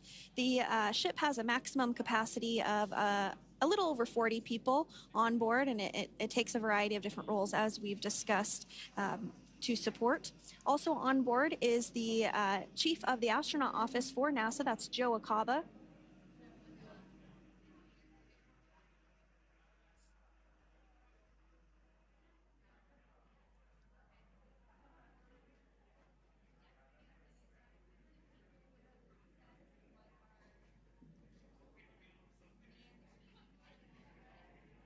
Now, while we are standing by for translation of the Dragon spacecraft to the platform there, the recovery platform that we see in the foreground, it is important to note that Nick, Suni, Butch, and Alexander will be getting assistance from the recovery teams while exiting the spacecraft. This is the same process for any returning long-duration crew members. As you could imagine, returning to a gravity environment can wreak havoc on our vestibular system, which is responsible for maintaining balance and motion. Of course, safety is our #1 priority with this operation, so we'll see the crew members helped out of the spacecraft one by one, and they will be assisted the few feet to the medical quarters aboard the boat.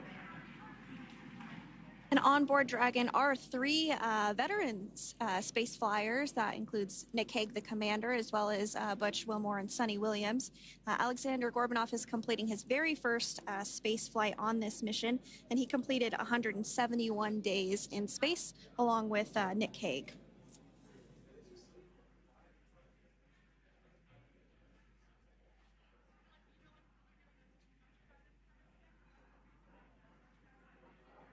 For those of you that have just recently joined us, well, I would encourage you to hit that rewind button and go back a few minutes. It was a beautiful splashdown of Dragon Freedom with the Crew 9 cohort on board. They had an on-time splashdown at 5:57 p.m. Eastern Time, 2:57 p.m. Pacific Time. We can see that the spacecraft... Freedom translation is in progress. Copy, and seal it. We can see that spacecraft was successfully recovered from the ocean surface and is now being washed with fresh water, as obviously they splashed down in salt water. So we're trying to rinse off as much of that salt water as possible. And we can see the spacecraft continuing to move closer and closer to that recovery deck. Freedom, the crew is working on side hatch opening now. Expect hatch open in about 2 minutes. Okay, copy that. And Kira, just wanted to say that to you guys, you and the team did an awesome job, both uphill and downhill. Just really, really impressed. Thank you. Thanks, Nick. It's been an honor. This is a pretty exciting moment coming up. We are working to open the side hatch. One thing that may not be obvious from, just looking at the spacecraft here is that this side hatch that we're about to open, the last time it was open was when this spacecraft was at the launch pad. This side hatch is what is used for initial capsule ingress and final capsule egress, but all comings and goings from the spacecraft while it is on board the space station are from the forward hatch, which is located at the top of the spacecraft under that nose cone. So this is a pretty exciting moment because it will be the crew's first breath of fresh air since boarding their ships at the start of their journeys last year. And the very first person that will have the opportunity to say hello to the crew once that hatch is open is a SpaceX medical recovery personnel representative. Then we'll see procedures take place to remove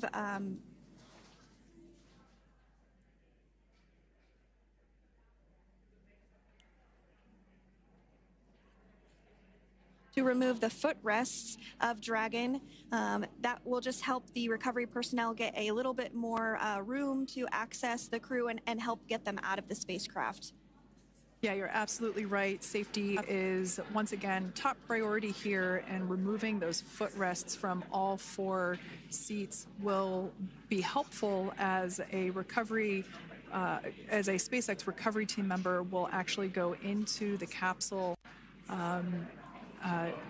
into Dragon Freedom to help the crew members unbuckle and stand up, and essentially we'll also see a fun little slide be put in place to help the crew members exit the spacecraft safely. So yeah, we're gonna remove all 4 of those footrests to basically give a little bit more working room inside the spacecraft. That's right, and we did hear the go for that hatch opening, so we're just a couple minutes away from being able to see that, and then we might be able to get the chance to see a couple of views inside of the Dragon and see the crew following their splashdown. Now, opening that side hatch isn't quite like opening, the door to your car. We have to depress the seal around the side hatch, as well as, we'll now see them open that side hatch up.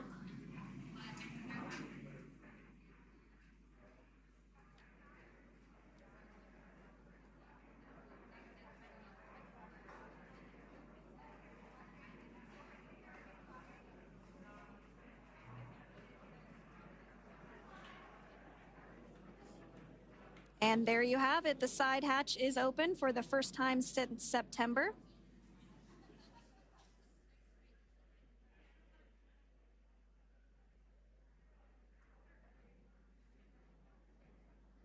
We can see some of the protective equipment there that was brought into frame that will help protect the edge of the side hatch, one, from any potential damage. Oh, we can see the recovery crew member there taking photos of the side hatch seal. This is part of the standard operation for recovery.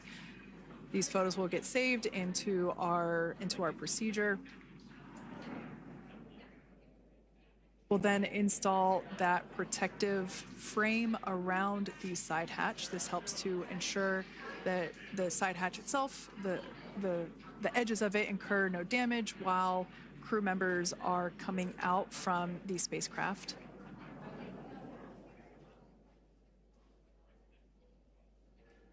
If you missed it, there was also a recovery team member that went inside. So there are now 5 people on board the Dragon spacecraft.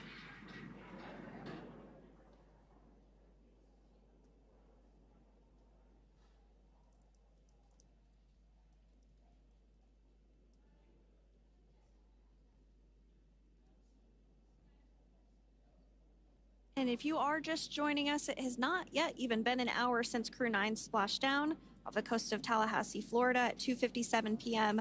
Pacific time.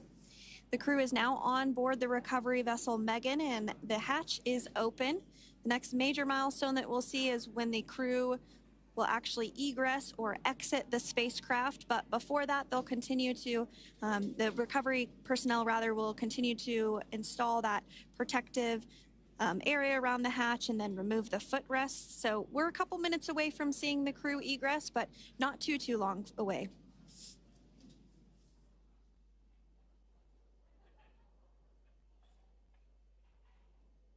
We'll probably see those footrests being handed out here in the near future, as I mentioned before.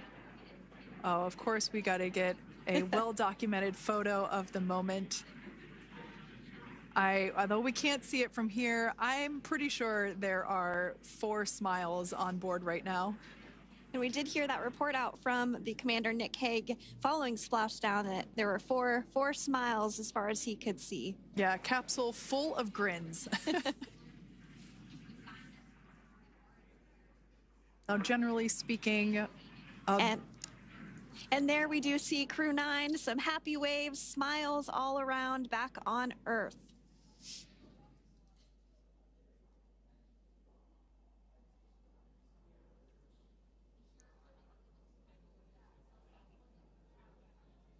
generally speaking, we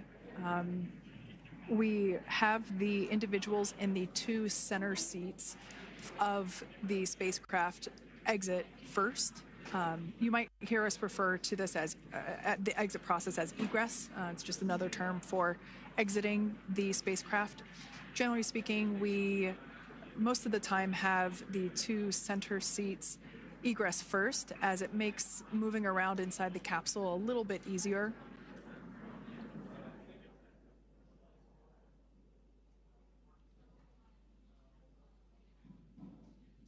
We can see the tablets that were previously located on the upper leg of the crew members. We can see those being handed out to the recovery team.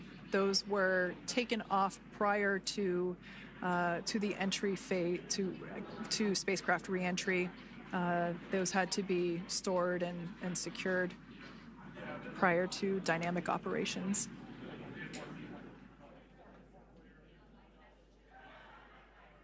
It looks like we are starting to see the footrests also be removed. I just saw one there on the screen. There are four, of course, one for each crew member.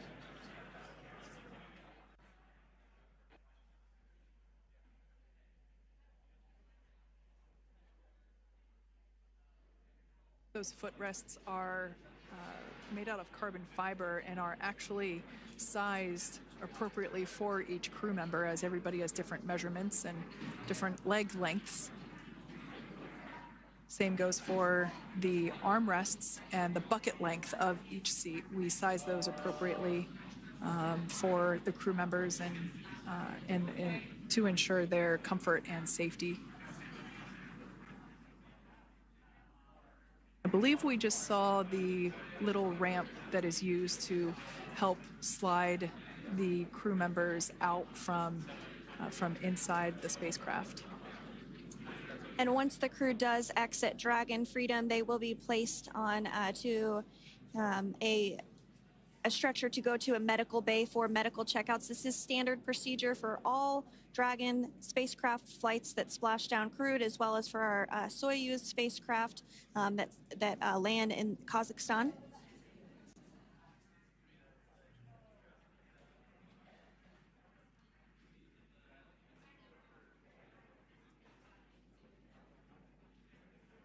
We can see the exterior of Dragon Freedom quite clearly in this shot, and it's such a beautiful sight. I personally prefer the capsule when it has some of that charring from atmospheric reentry. It is the signature sign of a capsule that has returned to Earth.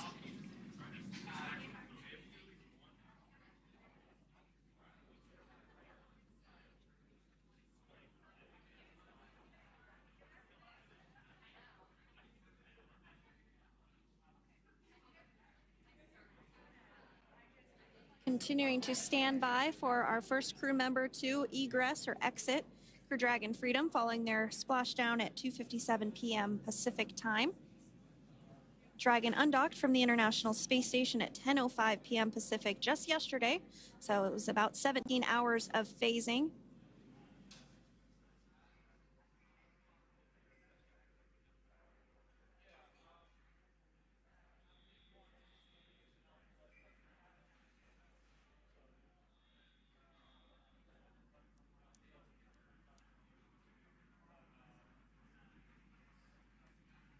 And while on board the International Space Station, Crew 9 contributed to 900 hours of science, over 150 research experiments and investigations.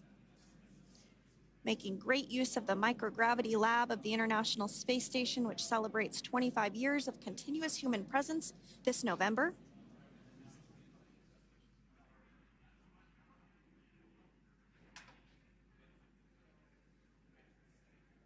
Looks like we're about to get our first crew member here upon egress of the Dragon spacecraft.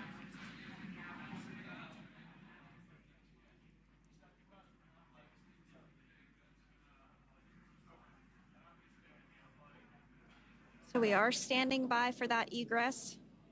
Outside of Dragon, you do see one of those stretchers. This is the expected procedure, as the crew will be taken to medical facilities following their exit from Dragon.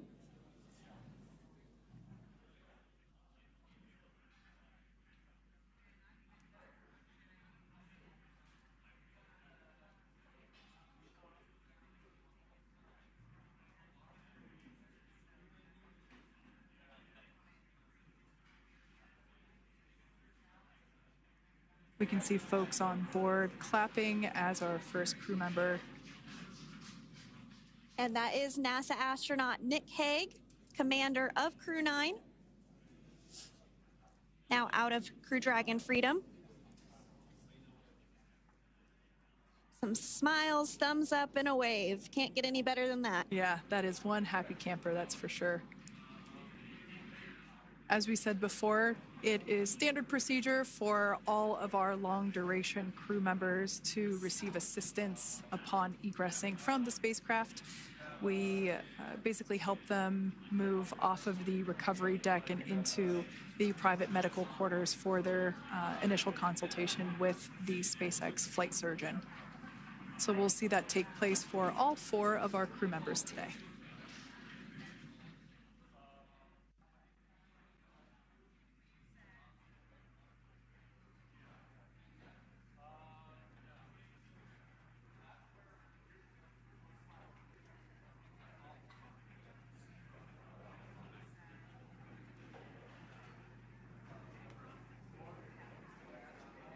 And we are standing by for the next crew member to exit Freedom.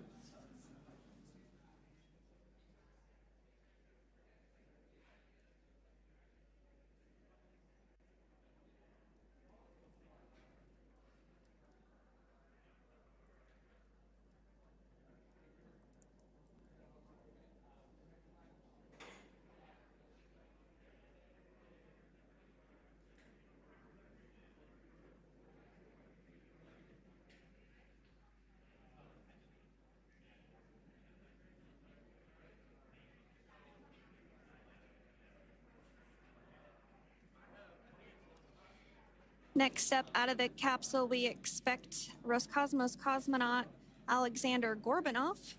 His first space flight. Spent 171 days in space alongside NASA astronaut Nick Hague. Looks like we're getting some cheers and clapping on board as Alexander is slid down the little ramp and placed into the mobility aid. Once again, big smile.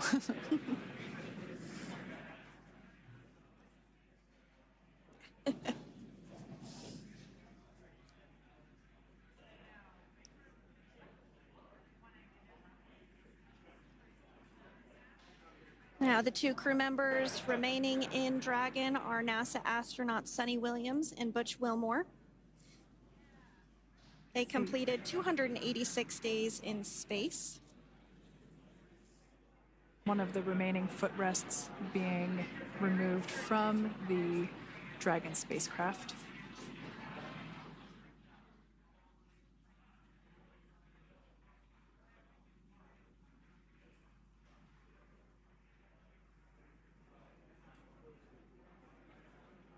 As I said before, we generally try to have the crew members that are located in the 2 center seats aboard Dragon, and we like to have them egress first if possible, as it creates a little bit more movable working room inside the spacecraft. There is a recovery crew member inside that is helping all of our Crew 9 crew egress or exit from the spacecraft.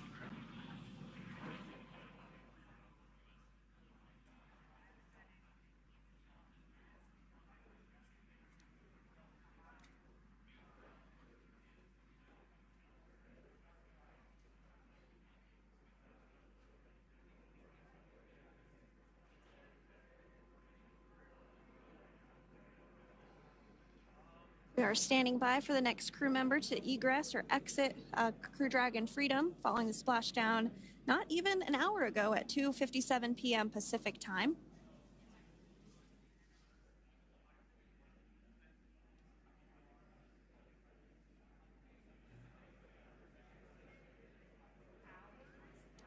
Really have the recovery operations down pretty quick at this point.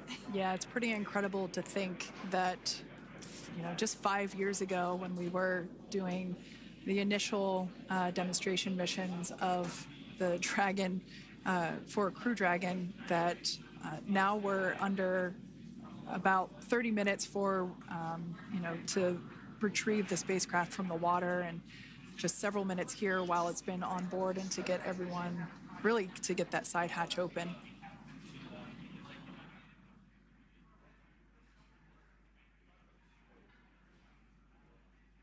For those of you that have just recently joined, the Dragon had an on-time splashdown.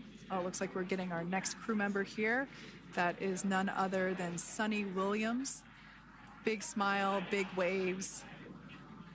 She, like her other crew members, now will be assisted onto the mobility aid.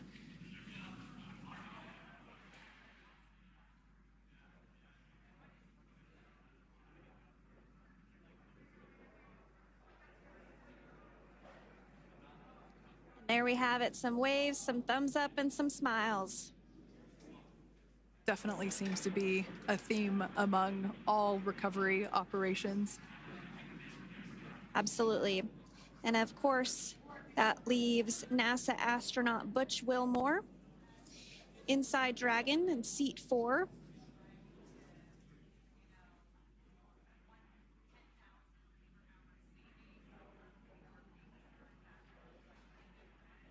We're getting some views of him now as he egresses or exits the spacecraft.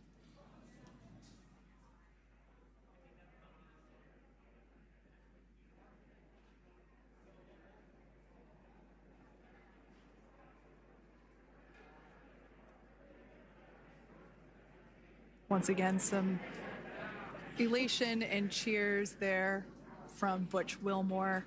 As we mentioned before, returning to Earth from coming from a microgravity environment can wreak havoc on the body. So it is customary and just standard procedure for all of our long-term space residents to get assistance once they are back on board the recovery vessel.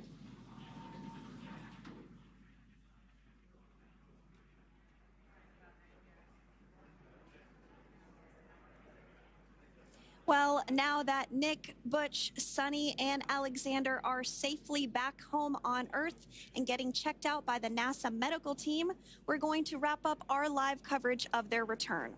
The Crew 9 mission began a little differently than usual since Butch Wilmore and Suni Williams were already aboard the space station when Nick Hague and Alexander Gorbunoff arrived on the Crew 9 spacecraft in September. Having arrived as the crew flight test crew for Starliner, Wilmore and Williams were fully incorporated into the space station's Expedition 72 team and began research and other work aboard the station along with the other crew members. Williams commanded the orbiting laboratory for much of the expedition. After a successful liftoff and separation from Falcon 9, Nick and Alexander made a short flight on board Dragon to the International Space Station. Veterans of long-duration space station missions, both Williams and Wilmore conducted spacewalks during their 9 months in space. Like all crews on the station, Crew 9 had the ability to leave at any point had there been an emergency. With their full-duration mission coming to an end, the crew began packing up their personal items for their return to Earth about a week ago and worked through tasks and shared lessons learned with Crew 10 teams as they arrived a few days ago. Their journey home began about 17 hours ago when they closed the forward hatch to Dragon and undocked from the space station at 10:05 p.m. Pacific, 1:05 a.m. Eastern. After 4 successful departure burns and a phasing burn to line up their orbit, Nick, Butch, Suni, and Alexander rested for a few hours before waking up to prepare for re-entry this morning. We jettisoned Dragon's trunk and performed our final on-orbit maneuver, the approximately 7.5-minute-long deorbit burn, and that occurred at 2:11 p.m. Pacific, 5:11 p.m. Eastern Time. And that sent Dragon on its path home. The spacecraft re-entered the Earth's atmosphere and slowed its descent with successful deployments of 2 drogue parachutes and 4 main parachutes, with the final splashdown occurring off the coast of Tallahassee, Florida at 2:57 p.m. Pacific, 5:57 p.m. Eastern. Following that successful splashdown, we saw SpaceX recovery experts move in and prepare Dragon Freedom for its lift onto the recovery vessel. And just a little less than an hour following splashdown, we saw Nick, Suni, Butch, and Alexander make their way out of Dragon and into the recovery ship's medical facilities, safe and sound. Next up, they'll catch a helicopter flight back to shore, where they'll transfer to aircraft that will take them home. The astronauts will take a NASA plane for the short flight back to Houston, where they'll be reunited with family and friends to bring an end to this mission. It's been an honor and a privilege to share their journey with all of you as we continue this new era in human spaceflight. Return today marks the end of the direct handover we executed after successfully launching the Crew 10 mission to the space station just last week on Friday, March 14th. Thank you, as always, for joining us for tonight's coverage of the splashdown of Crew 9. Remember to follow SpaceX on X and NASA online and on social media for updates for the very latest on crew and cargo flights to and from the International Space Station. And we'll continue to share the progress of Nick, Suni, Butch, and Alexander on social media as they travel back home. We do also have a post-splashdown media briefing coming up at approximately 4:30 p.m. Pacific, 7:30 p.m. Eastern, where leadership will share a final update as we conclude this successful mission. So, from all of us at NASA and SpaceX, welcome home, Crew 9. So long.